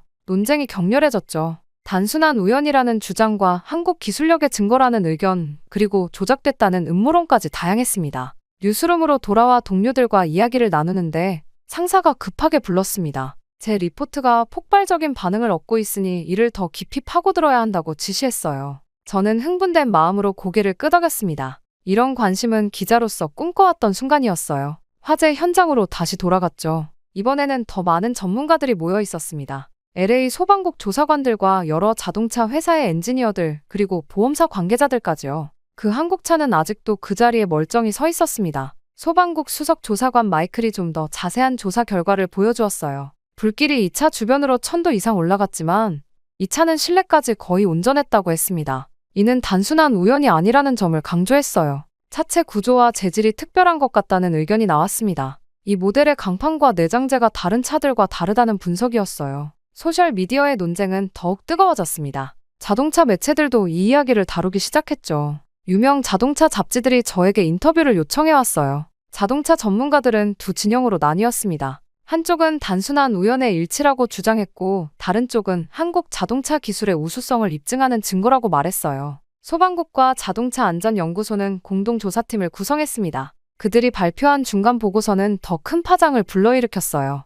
해당 차량이 화재 시험에서 어떤 차량보다 뛰어난 내화성을 보여주었다는 내용이었습니다. 그 한국차의 소유주도 찾았어요. 놀랍게도 평범한 가정주부였습니다. 광고에서 안전하다고 해서 구매했다는 그녀의 인터뷰가 다시 한번 화제가 됐죠. 이 모든 관심 속에서 저는 더 깊은 취재를 계획했습니다. 한국차가 정말 특별한 건지 아니면 모든 게 우연의 일치인지 파헤쳐야 했어요. 이후 저는 오피스 책상에 앉아 산불 생존 한국차 보도 이후의 반응을 지켜보고 있었습니다. 하루 만에 제 인생이 뒤바뀐 기분이었어요. 지역 방송사의 평범한 자동차 전문 기자였던 제이슨 파커가 전국적으로 알려진 인물이 됐으니까요. 전화는 쉴 새 없이 울렸고 이메일 받은 편지함은 인터뷰 요청으로 넘쳐났습니다. 이게 말이 되나? 혼자 중얼거리며 모니터를 보고 있었죠. 제가 보도한 한국차 이야기가 이제는 주요 뉴스 채널에서도 다루어지고 있었어요. CNN과 FOX 뉴스에서는 전문가 패널을 초청해 토론을 벌이고 있었습니다. 한 패널은 미국의 자동차 제조사들이 배워야 할 점이 있다고 말했고, 다른 패널은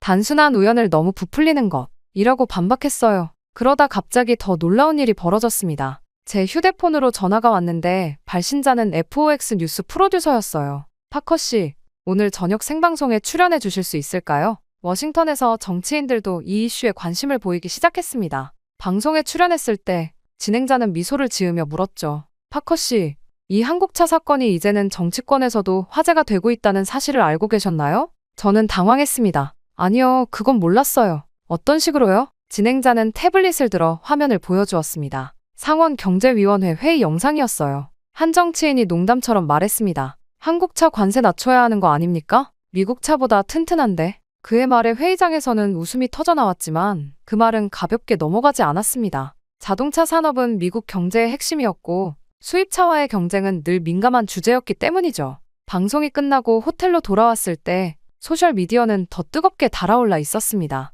다음 날 아침 더 믿기 힘든 일이 벌어졌어요. 트럼프 전 대통령이 한 인터뷰에서 한국 자동차에 대해 언급했다는 뉴스가 나왔습니다. 한국차 기술 인정할 수밖에 없군. 이라는 그의 발언은 모든 뉴스 헤드라인을 장식했죠. 이 한 문장으로 논쟁은 완전히 새로운 차원으로 넘어갔습니다. 트럼프의 언급 후 보수와 진보 진영 모두에서 이 사건을 정치적으로 해석하기 시작했어요. 한 진영에서는 미국 자동차 산업의 부활을 위해 한국의 기술을 배워야 한다고 주장했고, 다른 진영에서는 미국 제조업을 폄하하는 발언이라며 반발했습니다. 제 휴대폰은 멈추지 않고 울렸어요. CNN, MSNBC, FOX 뉴스 모두에서 인터뷰 요청이 쏟아졌죠. 저는 정치적 논쟁에 휘말리고 싶지 않았습니다. 그저 자동차 전문가로서 사실만을 전달하고 싶었어요. 한편 자동차 업계에서도 반응이 뜨거웠습니다. 미국 자동차 회사들은 공식적으로는 침묵했지만 내부적으로는 한국차의 내구성에 대한 분석이 시작됐다고 해요. 자동차 전문가들 사이에서도 의견이 갈렸습니다. 단순한 우연이 아니다. 한국차의 강판과 내구성이 확실히 다르다. 미국 차보다 강하다니 인정할 수 없어. 미국 자동차 엔지니어협회는 성명을 발표했어요. 모든 자동차는 동일한 안전 기준을 통과한다. 한 번의 사례로 전체를 판단할 수 없다. 하지만 소비자들은 이미 관심을 보이기 시작했습니다. 한국차 딜러십의 문에 전화가 급증했다는 소식이 들려왔어요. LA로 돌아가는 비행기 안에서 옆자리 승객이 저를 알아봤습니다. 당신이 그 불타지 않는 한국차 이야기를 보도한 기자죠? 그는 잠시 망설이다가 물었어요. 솔직히 말해보세요. 정말 특별한 건가요? 아니면 그냥 우연인가요? 저는 깊은 숨을 내쉬며 대답했습니다. 그것을 알아내는 것이 제 다음 임무입니다. 비행기에서 내린 후 저는 사무실로 곧장 향했습니다. 컴퓨터 앞에 앉자마자 한국차 제조사에 대한 자료를 찾기 시작했어요. 산불 생존 차량의 구조, 재료, 생산 공정까지 모든 정보를 수집했습니다. 하지만 온라인 자료만으로는 한계가 있었죠. 이대로는 안 되겠어. 저는 펜을 내려놓고 생각에 잠겼습니다. 한국차의 내구성이 정말 특별한 건지 그냥 우연의 일치인지 확실히 알 수 있는 방법은 하나뿐이었어요. 직접 확인하는 것입니다. 다음 날 아침, 제 책상 위에는 발신자 불명의 봉투가 놓여 있었어요. 열어보니 산불 생존 차량과 동일한 모델의 구조도와 제작 공정에 관한 자료였습니다. 누군가 내부 정보를 흘린 것이 분명했죠. 자료를 살펴보니 일반적인 자동차와는 확실히 다른 점이 보였어요. 전화기를 들어 동료 엔지니어 마이크에게 연락했습니다. 마이크, 이거 봐야 해. 이 차는 일반 차량과 달라. 마이크뿐만 아니라 자동차 전문 기자 데니얼, 소재 공학자 리사까지 모였습니다. 우리는 자료를 분석하며 토론했어요. 이 특수 강판의 용융점은 일반 차량보다 훨씬 높아. 리사가 말했습니다. 그리고 이 내장재는 난연성이 뛰어나고. 데니얼이 고개를 들었어요. 이거 직접 확인해야겠어. 문서로는 한계가 있어. 우리 모두 같은 생각이었습니다. 한국에 가서 직접 봐야 해. 마이크가 말했죠. 그래야 확실한 기사를 쓸 수 있어. 며칠 후 저희 넷은 인천행 비행기에 탑승했습니다. 기내에서 저는 한국 자동차 산업의 역사를 공부했어요. 불과 40년 전만 해도 세계 무대에서 존재감이 없던 한국차가 이제는 글로벌 기업으로 성장했습니다. 그 비결이 궁금했죠. 정말 우연이었을까? 아니면 한국차가 진짜 특별한 걸까? 비행기 창밖을 바라보며 생각했습니다. 우리가 직접 테스트해보면 알겠지. 그렇게 13시간의 비행 끝에 인천에 도착했어요. 공항에는 한국 자동차 회사 대표가 마중 나와 있었습니다. 파커 씨, 방문해주셔서 감사합니다. 저희 공장에서 모든 것을 보여드리겠습니다. 호텔에 짐을 풀고 간단히 휴식을 취한 후 우리는 서울 근교의 자동차 연구소로 향했어요. 창밖으로 보이는 서울의 풍경은 현대적이고 세련되었습니다. 도로 위를 달리는 차들 중 많은 수가 우리가 조사하러 온 그 브랜드였어요. 연구소에 도착하자 수십 명의 엔지니어와 연구원들이 우리를 맞이했습니다. 그들의 눈빛에서 자부심이 느껴졌어요. 미국에서 온 전문가들에게 우리 기술을 보여줄 기회라고 생각하는 것 같았습니다. 어서 오세요, 파커 씨. 저희가 어떻게 차를 만드는지 직접 보여드리겠습니다. 연구소장 김민수는 우리 일행을 공장으로 안내했습니다. 현대적인 연구소를 지나 실제 자동차가 생산되는 곳으로 들어섰어요. 첫인상부터 예상과 달랐습니다. 미국 자동차 공장과는 확연히 다른 분위기였죠. 김 소장이 자부심 가득한 목소리로 메인 생산 라인을 소개했습니다. 거대한 로봇들이 정확한 동작으로 차체를 조립하고 있었어요. 그런데 곳곳에서 사람들이 각 공정을 세심하게 확인하고 있었습니다. 마이크가 놀란 표정으로 이렇게 많은 인력이 검수하는지 물었어요. 김 소장은 자동화도 중요하지만 사람의 눈과 손으로 확인하는 과정을 특히 중요시한다고 답했습니다. 우리 모두 의미심장한 눈빛을 교환했어요. 다음으로 우리는 소재 연구실로 이동했습니다. 리사가 특히 관심을 보였죠. 한국 엔지니어가 특수 강판을 보여주며 일반적인 자동차 강판보다 약 30% 더 높은 내열성을 가지고 있다고 설명했어요. 리사가 이런 특성을 어떻게 구현했는지 물었습니다. 엔지니어는 특수 열처리 공정과 나노 코팅 기술의 결합이라며 자사만의 특허 기술이라고 답했어요. 우리는 이어서 내구성 테스트 센터로 이동했습니다. 그곳에서 본 광경은 정말 놀라웠어요. 차량을 극한의 조건에 노출시키는 다양한 실험들이 진행 중이었습니다. 화재 시뮬레이션, 압착 테스트, 충돌 실험까지. 미국에서도 물론 이런 테스트를 하지만 한국에서는 그 강도와 빈도가 훨씬 높아 보였어요. 엔지니어가 1100도의 화염에 5분간 노출된 후의 차량 상태를 설명했습니다. 외부는 그 흐름으로 검게 변했지만 내부 구조와 승객 공간은 거의 온전했어요. 데니얼이 이것이 LA 산불과 비슷한 조건이라고 감탄했습니다. 엔지니어는 세계 각지의 극한 상황을 시뮬레이션한다며 북극의 혹한, 사하라의 폭염, 그리고 캘리포니아의 산불까지 포함된다고 설명했어요. 품질관리센터에서는 더 놀라운 광경이 펼쳐졌습니다. 완성된 차량 중 무작위로 선별의 100가지가 넘는 항목을 검사하고 있었어요. 미세한 도장 흠집이나 1mm 이하의 조립 오차도 발견하면 전량 재작업을 진행한다고 했습니다. 제가 이 정도로 엄격하게 관리하는지 물었어요. 김 소장은 웃으며 이건 기본이라며 자사의 철학은 완벽함을 넘어선 완벽함이라고 답했습니다. 마지막으로 우리는 소재 연구센터의 최첨단 실험실을 방문했어요. 그곳에서 가장 인상적이었던 것은 극한환경 대응 내장재 연구였습니다. 일반 플라스틱보다 내열성이 5배 이상 높은 소재를 개발 중이었어요. 모든 시설을 둘러본 후 우리는 회의실에 모였습니다. 한동안 아무도 말을 꺼내지 못했어요. 너무나 충격적인 경험이었죠. 마침내 마이크가 침묵을 깨고 이런 공정을 거쳤으니 당연히 튼튼할 수밖에 없다고 말했습니다. 리사도 고개를 끄덕이며 미국 공장에서는 볼 수 없는 수준의 품질 관리라며 특히 소재 연구가 놀랍다고 했어요. 데니얼은 메모장에 빠르게 필기하며 이것이 단순한 운이 아닌 시스템적인 차이라고 말했습니다. 저는 깊은 생각에 잠겼어요. 이 모든 것이 LA에서 본 기적 같은 광경을 설명해주고 있었습니다. 하지만 과연 이것이 전부일까요? 이 이상의 무언가가 더 있지 않을까 하는 의구심이 들었습니다. 다음 날 아침, 우리는 일찍 기상해 김 소장이 언급한 극한 테스트 시설로 향했습니다. 시내에서 약 1시간 떨어진 곳에 위치한 이 시설은 외부에서 봤을 때는 평범한 연구소처럼 보였어요. 하지만 내부는 완전히 달랐습니다. 이곳은 저희가 리미트 브레이커라고 부르는 시설입니다. 세계에서 가장 극한의 조건을 만들어 차량의 한계를 시험하죠. 김 소장의 설명에 우리 모두 기대감으로 가득 찼습니다. 첫 번째 테스트는 화재 저항성 실험이었어요. 특수 제작된 챔버 안에 실제 완성된 한국차 한 대가 위치해 있었습니다. 시험 감독관이 설명했어요. 이 테스트는 실제 산불 상황을 재현합니다. 온도는 최대 1200도까지 올라가며 약 10분간 지속됩니다. 우리는 방열 유리로 된 관찰실에서 테스트를 지켜봤습니다. 불이 붙기 시작하자 챔버 내부가 순식간에 붉은 지옥으로 변했어요. 온도계는 빠르게 상승했고 곧 1000도를 넘어섰습니다. 마이크가 걱정스럽게 물었습니다. 차가 견딜 수 있을까요? 김 소장은 자신감 있게 고개를 끄덕였어요.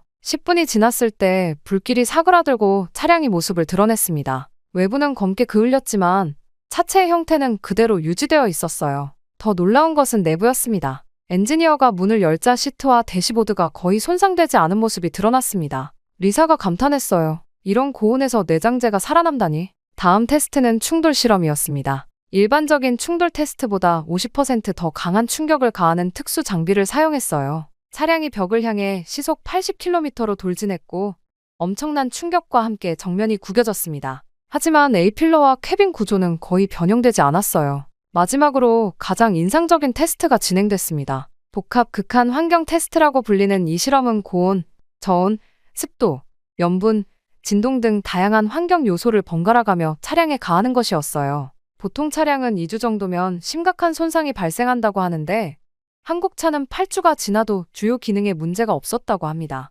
우리는 실험 데이터와 영상을 자세히 검토했습니다. 특히 화재 테스트의 결과는 LA 산불에서 목격했던 현상과 정확히 일치했어요. 한국에서 개발한 특수 강판과 내열 내장재 그리고 엄격한 품질 관리가 만들어낸 결과였습니다. 데니얼이 감탄했어요. 이제야 이해가 되네. 우연이 아니라 기술력의 차이였어. 마이크는 노트북의 데이터를 분석하며 고개를 끄덕였습니다. 미국 차량도 안전 기준을 통과하지만 이건 그 기준을 훨씬 뛰어넘는 수준이야. 특히 인상적이었던 것은 초극한 충격 테스트였어요. 일반적으로 상상하기 힘든 강도의 물리적 충격을 가했지만 차량의 핵심 구조는 거의 영향을 받지 않았습니다. 한국 엔지니어들이 개발한 특수 구조와 소재의 결합이 이런 결과를 만들어냈다고 해요. 저녁, 김 소장과 한국 엔지니어들은 우리를 전통 한식당으로 초대했습니다. 식사를 하며 우리는 오늘 본 테스트에 대해 열띤 토론을 벌였어요. 마지막 질문으로 저는 김 소장에게 물었습니다. 왜 이렇게까지 극한의 테스트를 하나요?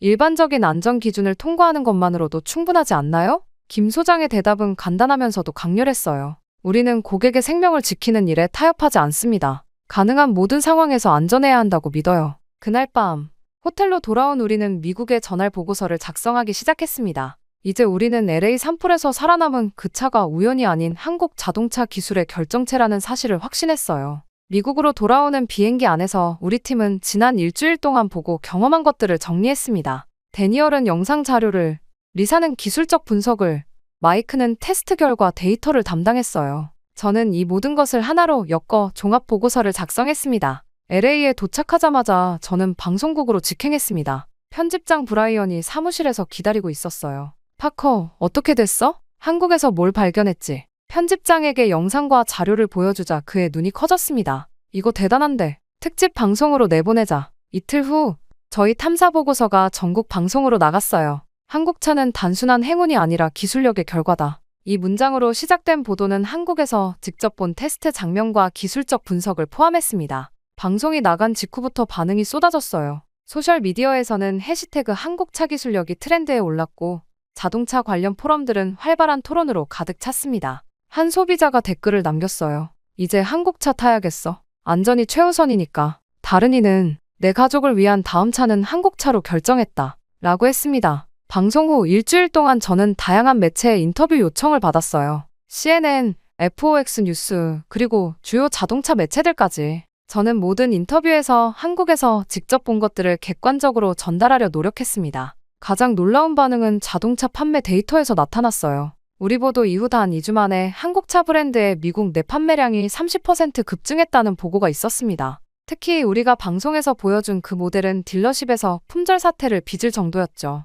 소비자들의 반응은 단순한 호기심을 넘어섰어요. 안전에 대한 진지한 관심이었습니다. 내 가족이 타는 차라면 화재나 사고에서 살아남을 수 있는 차를 선택하고 싶다. 는 의견이 많았죠. 미국 자동차 회사들도 침묵을 깼습니다. 포드의 대변인은 우리도 유사한 기술을 개발 중 이라고 밝혔고 GM은 소비자의 안전은 항상 우리의 최우선 가치라고 말했어요. 하지만 소비자들은 이미 눈을 뜬 상태였습니다. 가장 인상적인 변화는 자동차 구매 패턴이었어요. 과거에는 미국 소비자들이 차량 선택 시 디자인, 성능, 가격을 주로 고려했다면 이제는 극한 상황에서의 안전성이 새로운 구매 기준으로 떠올랐습니다. 자동차 안전평가 기관들도 기준을 재검토하기 시작했어요. 기존의 안전 테스트는 일상적인 충돌 상황만 고려했지만 이제는 산불이나 홍수 같은 극한 상황도 평가 항목에 포함해야 한다. 는 목소리가 커졌습니다. 저는 이 모든 변화를 지켜보며 뿌듯함을 느꼈어요. 단순한 뉴스 보도를 넘어 미국 자동차 산업과 소비자들의 인식을 바꾸는 계기가 된 것 같았습니다. 그러던 어느 날 한국차 미국 지사에서 전화가 왔어요. 파커 씨, 저희 본사에서 특별한 제안이 있습니다. 저희 기술력을 더 널리 알리는 데 도움을 주실 수 있을까요? 저는 잠시 고민했습니다. 기자로서의 중립성을 지키는 것은 중요했지만 동시에 진실을 더 많은 사람들에게 알리는 것도 제 임무였어요. 그리고 이것은 단순한 광고나 홍보가 아닌 실제로 제가 직접 확인한 기술적 사실이었습니다. 이후 한국차 미국 지사의 제안은 놀라웠습니다. 그들은 저에게 글로벌 안전 캠페인의 자문위원으로 참여해달라고 요청했어요. 객관적인 기자의 시각으로 그들의 기술을 세계에 알리는 역할이었습니다. 많은 고민 끝에 저는 제 본업을 유지하면서 제한적으로 참여하기로 했어요.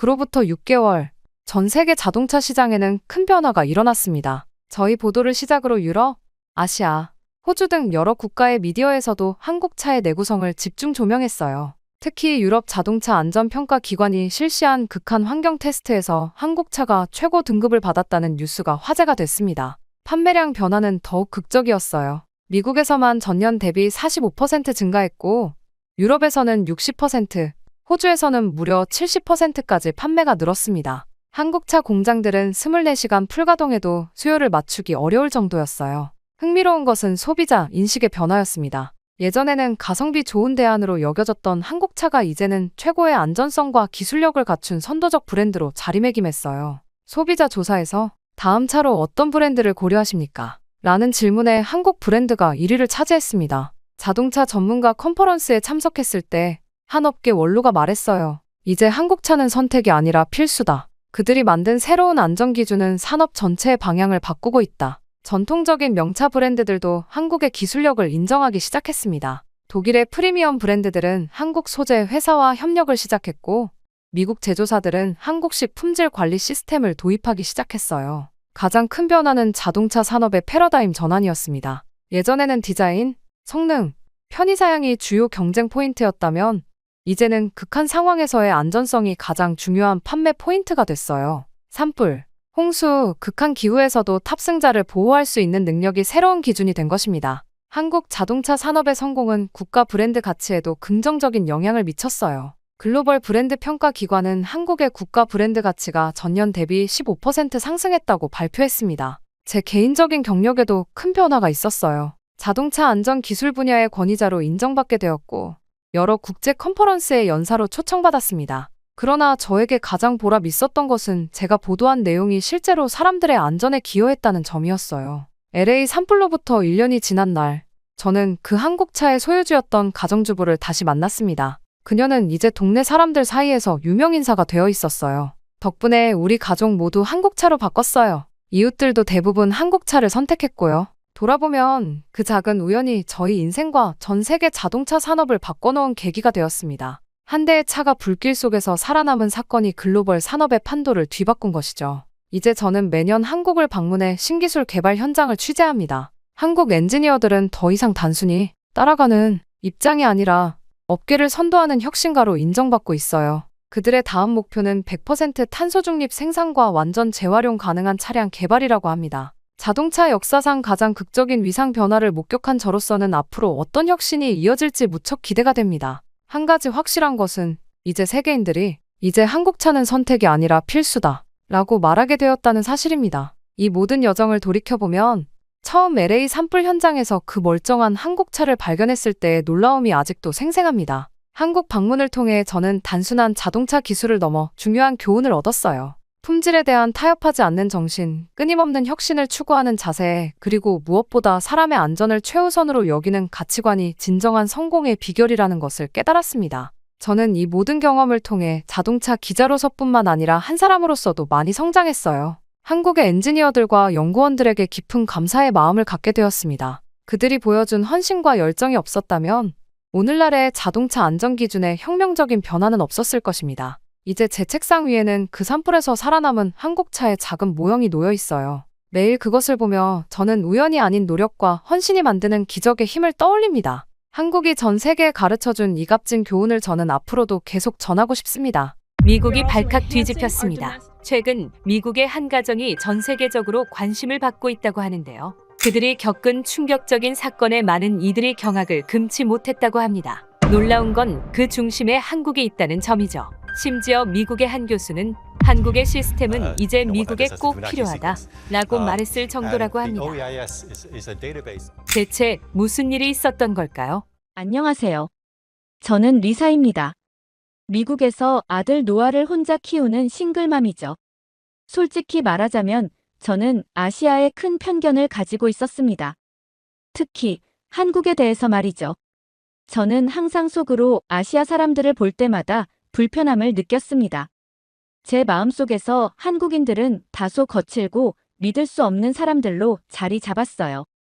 한국 문화와 관련된 모든 것이 낯설고 이질적으로 느껴졌죠. 한 번은 쇼핑몰에서 한국 식당 앞을 지나가다 코를 찌르는 마늘 냄새와 고추 냄새에 얼굴을 찡그렸습니다. 한국 음식은 지나치게 강한 향이 난다고 생각했어요. 왜 사람들이 저런 강한 향의 음식을 즐기는지 이해할 수 없었습니다. 노아의 손을 잡고 서둘러 그 자리를 떠났죠. 노아는 의아한 표정을 지었지만 저는 설명할 필요가 없다고 생각했습니다. 그저 제 아들이 그런 문화에 노출되지 않기를 바랐어요. 특히 한국인들은 정신적으로도 문제가 많은 것 같다는 생각이 들었었어요. 예전에 한국인이 대학교에서 총기 난사한 사건도 있잖아요. 정신 건강 문제를 겪고 있었다고는 하지만 어떤 미친 인간이 총기를 난사를 하나요? 그 사건 이후로 한국인들은 매우 위험하고 폭력적이라는 편견까지 추가가 되었습니다. 그래서 TV에서 가끔 태권도 같은 무술 장면이 나오면 채널을 돌렸습니다. 저는 태권도 같은 무술이 아이들을 폭력적으로 만든다고 확신했거든요. 이런 편견이 자신에게는 당연하다고 믿었고 이를 바꿀 이유가 없다고 생각했어요. 제 주변 친구들도 비슷한 생각을 가지고 있었으니까요. 아들 노아에게도 비슷한 배경을 가진 친구들과 어울리는 것이 더 좋을 거라고 은연중에 말하곤 했죠. 같은 인종인 우월한 저희 백인들과 함께 어울리는 것이 정서적으로도 좋을 것이 확실하니까요. 하지만 요즘 들어 고민이 많습니다. 바로 노아 때문이죠. 노아는 사람들과 접촉하는 것을 무척 두려워했거든요. 누군가 말을 걸면 고개를 푹 숙이고 손가락만 만지작거리기만 했습니다. 특히 이번 학교에 입학하고 나서는 상황이 더 심각해졌어요. 노아는 학교에서 친구가 거의 없었어요. 다른 아이들이 소풍이나 파티에 초대받을 때 노아는 항상 빠졌습니다. 점심시간이면 언제나 식당 구석에서 혼자 조용히 식사를 했죠. 가끔 학부모 모임에서 다른 엄마들이 아이들 이야기를 할 때 저는 할 말이 없어 불편했습니다. 노아에게는 그런 즐거운 추억이 없었으니까요. 하루는 노아의 담임 선생님께서 전화를 주셨어요. 노아가 수업 시간에 질문을 받으면 얼굴이 새빨개지고 말을 더듬는다고 하셨습니다. 발표는 아예 하지 못했죠. 선생님께서는 노아가 사회성 발달에 문제가 있을 수 있다고 말씀하셨어요. 그때 저는 속으로 괜찮아질 거야 라고 생각했습니다. 모든 아이가 다 같을 수는 없으니까요. 그때를 생각하면 정말 후회가 되고는 합니다. 그건 저만의 착각이었으니까요. 그러던 어느 날 학교에 급히 노트를 가져다 주러 갔다가 저는 큰 충격에 완전히 얼어붙고 말았습니다. 복도 끝에서 노아가 몇몇 아이들에게 둘러싸여 있었어요. 그 아이들이 노아의 책가방을 빼앗아 내용물을 바닥에 쏟아붓고 있었죠. 노아의 점심 도시락은 이미 바닥에 엎어져 있었고 아이들은 키득거리며 노아를 손가락으로 가리키고 있었어요. 심장이 터질 것 같았습니다. 달려가 아이들을 뿔뿔이 흩어지게 했지만 노아의 눈에 고인 눈물을 보는 순간 제 다리에 힘이 풀렸어요. 그 자리에 무릎을 꿇고 노아를 껴안았습니다. 아들의 작은 어깨가 흐느낌으로 떨리는 것이 느껴졌죠. 대체 언제부터 이런 일이 있었니? 물었을 때 노아는 눈을 피하며 괜찮아요. 엄마라고만 대답했어요. 집으로 돌아와서도 노아는 아무 말 없이 자신의 방에 틀어박혔습니다. 그날 밤 아들의 문 앞에서 무릎을 꿇고 앉아 울었어요. 내 소중한 아이가 매일 이런 공포 속에서 학교에 가고 있었다니. 문틈으로 새어나오는 흐느낌 소리에 제 심장이 산산조각 났습니다. 그러던 어느 날 아침, 노아가 평소보다 일찍 일어나 식탁에 앉아 있었습니다. 얼굴에는 결연한 표정이 서려 있었어요.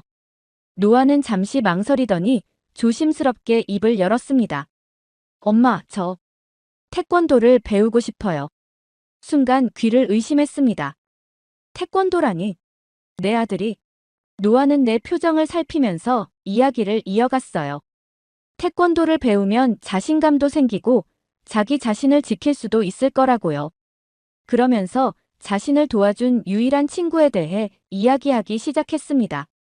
그 친구의 이름은 지민이었고 한국계 미국인이었어요. 지민은 노아를 괴롭히는 아이들에게 맞서주는 유일한 친구였습니다.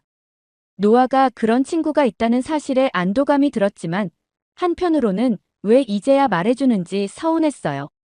노아는 이야기를 이어갔습니다. 지민이 태권도를 배우고 있다고 했어요. 그리고 태권도를 배우면서 자신감을 얻게 되었다고 합니다. 노아의 눈이 반짝였어요. 제 심장이 얼어붙는 것 같았어요. 태권도라니. 한국 무술이잖아요. 제가 가장 불편하게 생각하던 문화권의 것이었습니다. 게다가 학교에서도 이렇게 괴롭힘을 당하고 있는데 그런 위험하고 난폭한 아이들 사이에서 어떻게 제 아들이 버텨낼 수가 있겠어요? 순간적으로 화가 치밀어 올랐어요. 안 돼. 그건 절대 안 된다. 저는 단칼에 거절했습니다. 제 머릿속에는 뉴스에서 봤던 과격한 시위 장면이 떠올랐어요. 격렬하게 소리치는 한국인들의 모습, 그리고 그들의 예측할 수 없는 행동들이 저를 두렵게 했습니다. 그런 사람들에게 내 아이를 맡긴다니 상상만 해도 끔찍했습니다. 노아의 얼굴에 실망감이 스쳐 지나갔지만 그때는 아이의 마음보다 제 편견이 더 컸죠. 제 머릿속에서 태권도는 여전히 폭력적인 무술이었고 한국 문화는 낯설고 불편한 것이었습니다. 노아가 태권도를 배우는 것은 상상조차 할 수 없는 일이었어요. 하지만 엄마, 지민이가 말하길 태권도는 단순히 싸움을 가르치는 게 아니래요. 자신을 통제하는 법도 배운대요. 노아의 목소리가 평소보다 높아졌습니다. 이렇게 제게 자기 생각을 말하는 경우가 거의 없었는데 말이죠. 그만큼 태권도를 배우고 싶다는 마음이 간절했나 봅니다. 하지만 저는 여전히 고개를 가로저었어요. 노아는 포기하지 않고 계속해서 태권도를 배우고 싶다는 이야기를 했습니다. 하지만 저는 같은 대답을 했어요. 안 된다고요. 하지만 노아의 끈질김은 계속되었습니다. 아들의 거듭된 부탁에도 저는 여전히 태권도를 배우는 것을 허락할 생각이 없었어요. 한국인들에 대한 불신, 그들의 문화에 대한 거부감이 너무 컸기 때문이었죠. 그러던 어느 날 놀라운 일이 벌어졌어요. 노아가 학교에서 돌아와 제 눈을 똑바로 쳐다보며 말했습니다. 저 정말로 태권도를 배우고 싶어요. 노아의 목소리에는 평소에 없던 단호함이 담겨 있었어요. 그는 자신을 괴롭히던 아이들 앞에서도 가만히 있던 아이였습니다. 하지만 태권도에 대한 제 반대 앞에서는 예전과 달리 강한 태도를 보였어요. 처음으로 아들의 눈빛에서 간절함을 보았습니다. 한 번만 태권도장에 가보면 안 될까요? 결국 저는 노아의 간절한 요청에 저는 마지못해 태권도장을 방문하기로 했습니다. 하지만 제 마음속에는 여전히 불신이 가득했어요. 태권도장에 도착하니 예상과 달리 쇼핑몰 내에 위치해 있었습니다. 유리문을 열고 들어서는 순간 차렷, 경례 라는 구령과 함께 일제히 인사하는 소리가 들렸어요. 감사합니다. 저는 그 자리에 멈춰 서서 눈앞의 광경을 바라보았습니다.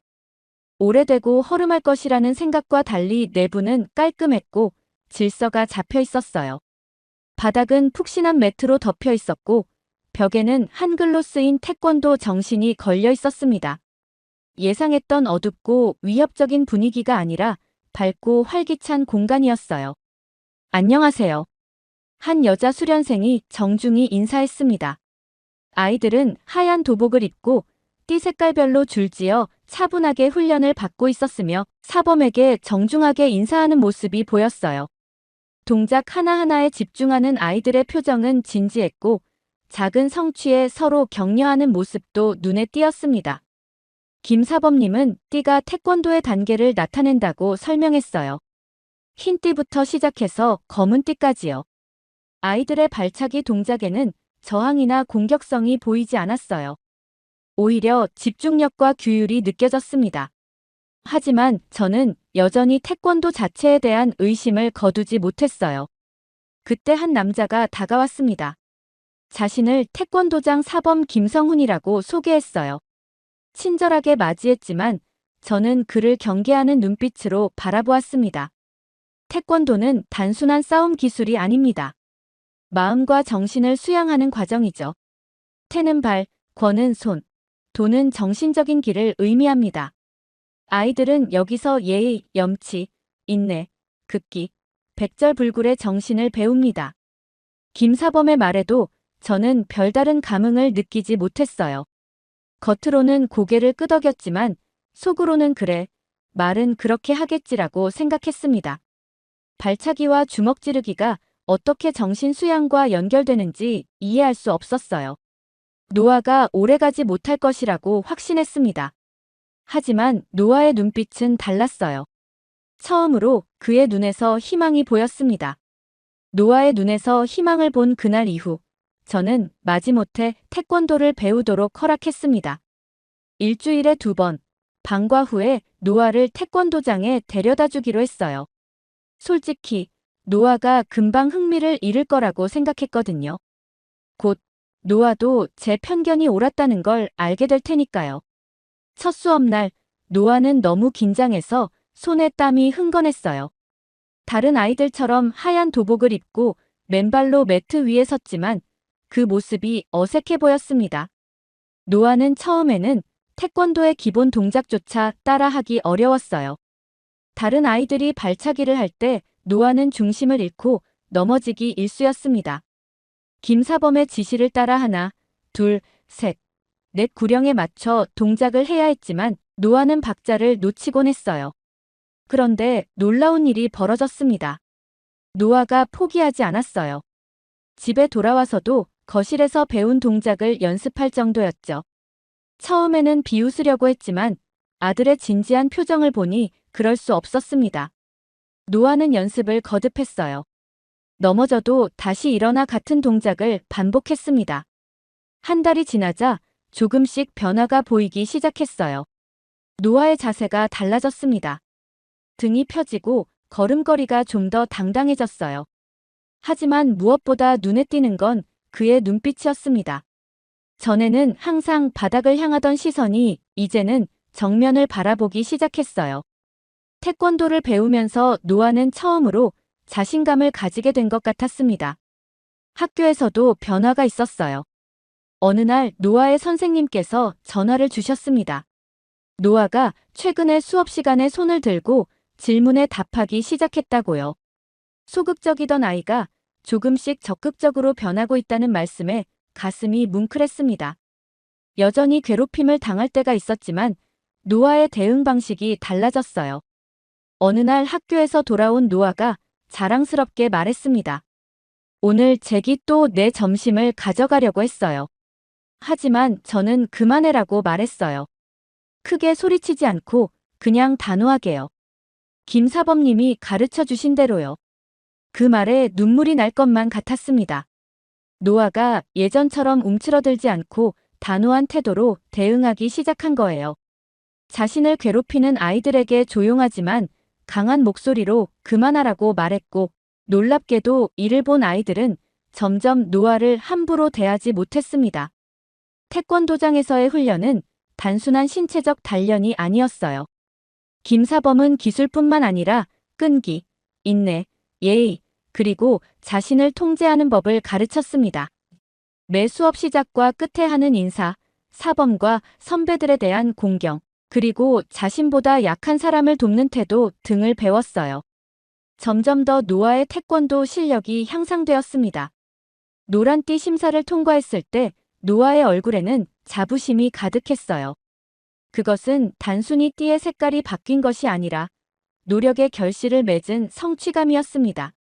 한 번은 노아가 태권도장에서 시범을 보이는 날이 있었어요. 긴장된 표정으로 매트 위에 선 노아를 보며 저도 모르게 가슴이 조여왔습니다. 그런데 시범이 시작되자 노아의 표정이 변했어요. 집중력이 느껴지는 진지한 눈빛, 정확한 동작, 그리고 힘찬 기합까지. 그 모습은 제가 알던 소심한 아이가 아니었습니다. 노아는 단순히 싸울 힘을 기르는 것이 아니라 자신을 다스릴 수 있는 힘을 기르고 있었어요. 그는 태권도를 배우면서 내면의 두려움을 극복하는 법을 배워가고 있었습니다. 김사범의 말이 생각났어요. 진정한 태권도는 마음의 수련이다. 이제야 그 말의 의미를 조금씩 이해하게 되었습니다. 태권도를 시작한 지 몇 개월이 지나면서 노아의 변화는 더욱 뚜렷해졌습니다. 처음에는 이런 변화를 인정하기 싫었어요. 제 편견이 무너지는 것 같았거든요. 하지만 그런 아들의 변화를 점점 실감하게 되었습니다. 아침에 일어나는 시간부터 달라졌어요. 전에는 제가 여러 번 깨워야 겨우 일어나던 노아가 이제는 알람 소리에 스스로 일어나 아침 스트레칭을 했습니다. 식사 시간에도 바른 자세로 앉아 식사 예절을 지켰어요. 밥을 먹기 전 잘 먹겠습니다라고 말하는 모습이 어색하면서도 기특했습니다. 노아는 집에서도 밝아졌어요. 전에는 늘 방에 틀어박혀 있던 아이가 이제는 거실에서 책을 읽거나 숙제를 했습니다. 가끔 제게 태권도에서 배운 것들을 열심히 설명해 주기도 했어요. 그의 눈은 이야기할 때마다 반짝였습니다. 무엇보다 놀라웠던 건 노아가 스스로를 더 돌보려 했다는 점이에요. 방을 정리하고 샤워 후에 젖은 수건을 잘 걸어두며 옷도 스스로 골라 입었습니다. 태권도를 배우면서 책임감이 생긴 것 같았어요. 어느 날 저녁, 노아가 식탁에서 이야기를 꺼냈습니다. 엄마, 다음 주에 승급 심사가 있어요. 노아의 목소리에는 긴장감과 함께 자신감이 묻어났어요. 그동안 열심히 연습한 것을 보여줄 기회라고 했습니다. 노란띠에서 초록띠로 승급하는 심사라고 했어요. 저는 그저 고개를 끄덕였지만 속으로는 걱정이 되었습니다. 노아가 실패하면 어쩌나 하는 마음이 컸거든요. 심사 전날, 노아는 거실에서 계속 폼을 연습했습니다. 팔과 다리의 움직임이 정확해졌고 기합 소리도 힘이 있었어요. 아직 완벽하진 않았지만 그 진지한 태도에 존경심이 생겼습니다. 드디어 승급 심사 날이 되었어요. 태권도장은 평소보다 많은 사람들로 붐볐습니다. 학부모들이 벽을 따라 서서 자녀들을 응원했어요. 저도 그중 한 명이 되어 있었습니다. 언제부터인가 제 마음속에 자리 잡았던 태권도에 대한 거부감이 조금씩 사라지고 있었어요. 심사가 시작되었고 노아의 차례가 왔습니다. 매트 중앙에 선 노아는 제가 알던 소심한 아이가 아니었어요. 자신감 넘치는 모습으로 심사에 임했습니다. 기본 동작부터 품새, 그리고 격파까지 모든 동작을 집중하며 수행했어요. 때로는 실수도 했지만 당황하지 않고 계속 진행했습니다. 심사가 끝나고 결과 발표 시간, 노아는 긴장한 표정으로 기다렸어요. 김사범님이 한 명씩 이름을 부르며 새로운 띠를 건네주었습니다. 마침내 노아의 이름이 불렸어요. 노아가 김사범님 앞으로 나가 정중히 인사하고 새로운 띠를 건네받는 모습을 보며 저는 감동을 감추지 못했습니다. 눈물이 차올랐지만 꾹 참았어요. 노아가 돌아보며 환하게 웃었을 때 그 미소가 제 마음을 따뜻하게 데웠습니다. 저는 처음으로 태권도가 노아에게 긍정적인 영향을 주고 있다는 사실을 인정해야만 했어요. 그동안 제 편견이 얼마나 잘못되었는지 깨달았습니다. 태권도는 노아에게 단순한 운동이 아니라 자신감과 책임감, 그리고 삶의 태도를 가르쳐주고 있었어요.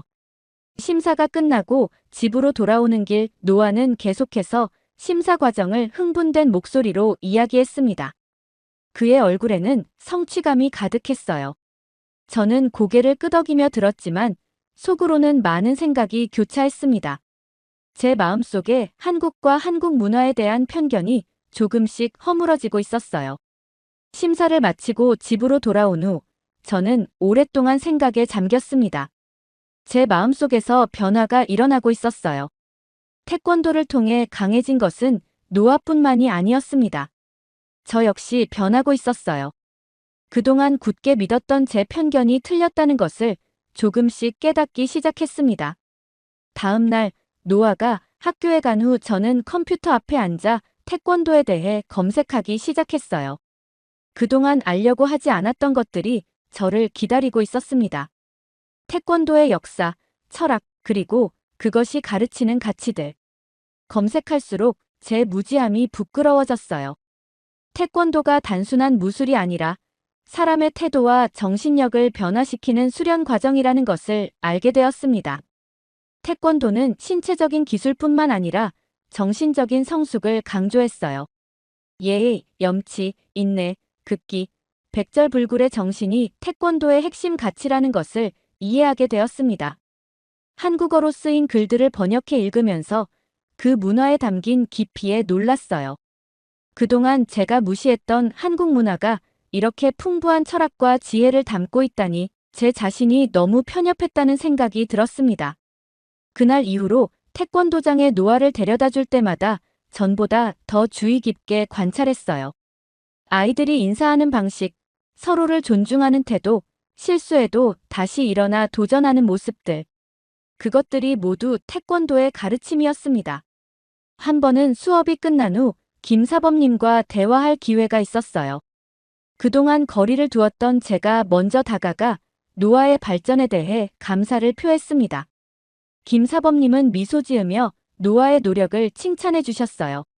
태권도는 몸으로 하는 것이 아니라 마음으로 하는 것입니다. 노아 군은 그것을 이해하고 있어요. 그 말에 깊은 울림을 느꼈습니다. 제가 그동안 얼마나 표면적으로만 판단했는지 깨달았어요. 태권도장의 다른 학부모들과도 조금씩 이야기를 나누기 시작했습니다. 그들 중에는 한국계 미국인 가족들도 있었어요. 처음에는 어색했지만 이야기를 나눌수록 그들도 저와 다르지 않다는 것을 느꼈습니다. 아이에 대한 걱정, 희망, 그리고 사랑. 우리는 같은 마음을 가진 부모였어요. 지민의 어머니인 박 여사와 특히 가까워졌습니다. 그녀는 제 질문에 친절하게 대답해 주었고 한국 문화에 대해 많은 것을 알려주었어요. 어느 날 그녀가 저를 한국 식당에 초대했습니다. 예전 같았으면 거절했겠지만 이번에는 기꺼이 수락했어요. 식당에서 처음으로 제대로 된 한국 음식을 맛보았습니다. 처음에는 낯선 향신료와 맛이 어색했지만 한 입 두 입 먹다 보니 그 풍미가 좋아지기 시작했어요. 박 여사는 각 음식의 의미와 먹는 방법을 가르쳐 주었고 저는 새로운 문화를 배우는 즐거움을 느꼈습니다. 한국 문화에 대한 선입견도 점차 사라졌어요. 태권도를 가르치는 사범과 학부모들을 만나면서 제가 가졌던 불신이 무너졌습니다. 그들은 제가 상상했던 것처럼 위험하거나 이상한 사람들이 아니었어요. 오히려 따뜻하고 배려심 깊은 사람들이었습니다. 어느 날 노아의 수업을 지켜보다가 문득 깨달았어요. 태권도가 단순한 싸움 기술이 아니라 마음의 평정과 자기 절제를 기르는 수양 과정이라는 것을요. 아이들이 명상하는 시간, 서로 존중하며 인사하는 모습, 그리고 실수를 인정하고 다시 도전하는 태도. 이 모든 것이 태권도의 본질이었습니다. 그리고 가장 큰 변화는 제 자신의 마음속에서 일어났어요.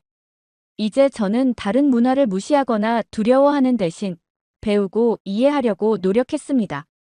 제 편견이 얼마나 무지에서 비롯된 것인지 깨달았어요. 노아를 통해 제가 성장하고 있었습니다. 노아를 통해 제가 성장하고 있었습니다. 이제 저는 제 마음속에 가득 차 있던 편견의 무게를 내려놓고 더 가벼운 마음으로 세상을 바라보기 시작했어요. 그리고 그런 변화는 노아와 저의 관계에도 큰 영향을 미쳤습니다. 노아는 태권도를 시작한 지 1년이 지난 지금 더 이상 예전처럼 두려움에 떨지 않았어요.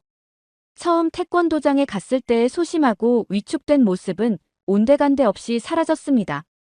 그는 이제 파란 띠를 하고 있었고 도장에서도 후배들을 가르치는 역할을 맡게 되었어요. 가장 큰 변화는 노아가 자신의 감정을 표현할 수 있게 되었다는 점이었습니다. 전에는 속상한 일이 있어도 혼자 사귀고 기쁜 일이 있어도 조용히 넘기던 아이였어요. 하지만 이제는 학교에서 있었던 일, 친구들과의 관계, 자신의 고민까지 저에게 이야기하게 되었습니다. 작은 일상의 대화가 우리 사이에 더 깊은 유대감을 만들어냈어요. 무엇보다 노아는 스스로를 지키는 방법을 배웠습니다.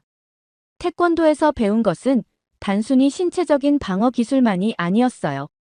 자신의 가치를 인정하고 부당한 상황에서 목소리를 내는 법을 배웠습니다. 한 번은 노아가 자신을 괴롭히던 아이에게 단호하게 대처한 이야기를 들려주었어요. 그 아이가 또 내 책을 가져가려고 했어요. 그래서 제가 말했어요. 내 물건이니 돌려줘. 그렇지 않으면 선생님께 말씀드릴러야. 그랬더니 그 아이가 책을 돌려주었어요. 노아의 목소리에는 자부심이 가득했습니다. 폭력이나 큰 소리가 아닌 자신의 권리를 지키기 위한 평화로운 방식으로 문제를 해결한 거예요. 학교에서도 이제는 노아가 자신감 있는 태도로 생활하며 괴롭힘을 당하지 않게 되었습니다. 선생님들도 노아의 변화를 눈여겨보셨어요. 수업 시간에 적극적으로 참여하고 발표도 자신 있게 하는 모습으로 바뀌었다고 했습니다. 심지어 반장 선거에 출마할 계획이라고 하더군요. 예전에 노아라면 상상도 할 수 없었던 일이었습니다.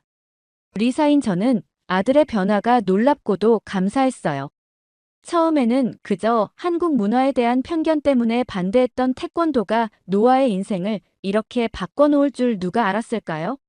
저는 태권도를 배우겠다고 했던 아들의 결정을 처음으로 진심으로 존중하게 되었습니다.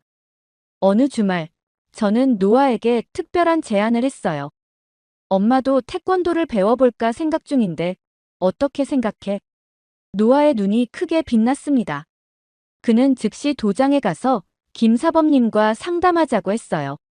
처음에는 망설였지만 결국 저도 도복을 입고 수련생이 되었습니다. 비록 가장 기초적인 동작부터 시작했지만 노아가 옆에서 열심히 도와주었어요. 이제는 아들이 제 스승이 되었습니다. 과거의 편견과 오해를 깨고 새로운 시각을 가지게 된 저는 노아와 함께 새로운 시작을 맞이했습니다. 우리 집 거실은 이제 함께 태권도 품새를 연습하는 공간이 되었어요. 때로는 웃고 때로는 진지하게 연습하며 우리는 더 가까워졌습니다. 태권도를 통해 두려움을 극복한 노아, 그리고 그런 아들을 보며 변화한 저는 이제 과거의 자신을 돌아보며 더 넓은 세상을 받아들이기로 마음먹었습니다. 한국 문화에 대한 이해뿐만 아니라 다른 문화에 대해서도 열린 마음을 갖게 되었어요. 심지어 지민이네 가족과 함께 한국 문화축제에 참가하기도 했습니다. 태권도가 가르치는 것은 단순한 신체 기술이 아닌 강한 마음과 정신을 기르는 과정이었습니다. 그것은 노아에게도 저에게도 큰 가르침이었어요. 이제 우리는 함께 성장하며 서로에게 더 나은 사람이 되어주고 있습니다. 태권도가 바꾼 것은 단순히 노아의 자세나 자신감만이 아니라 우리 가족 전체의 삶이었습니다.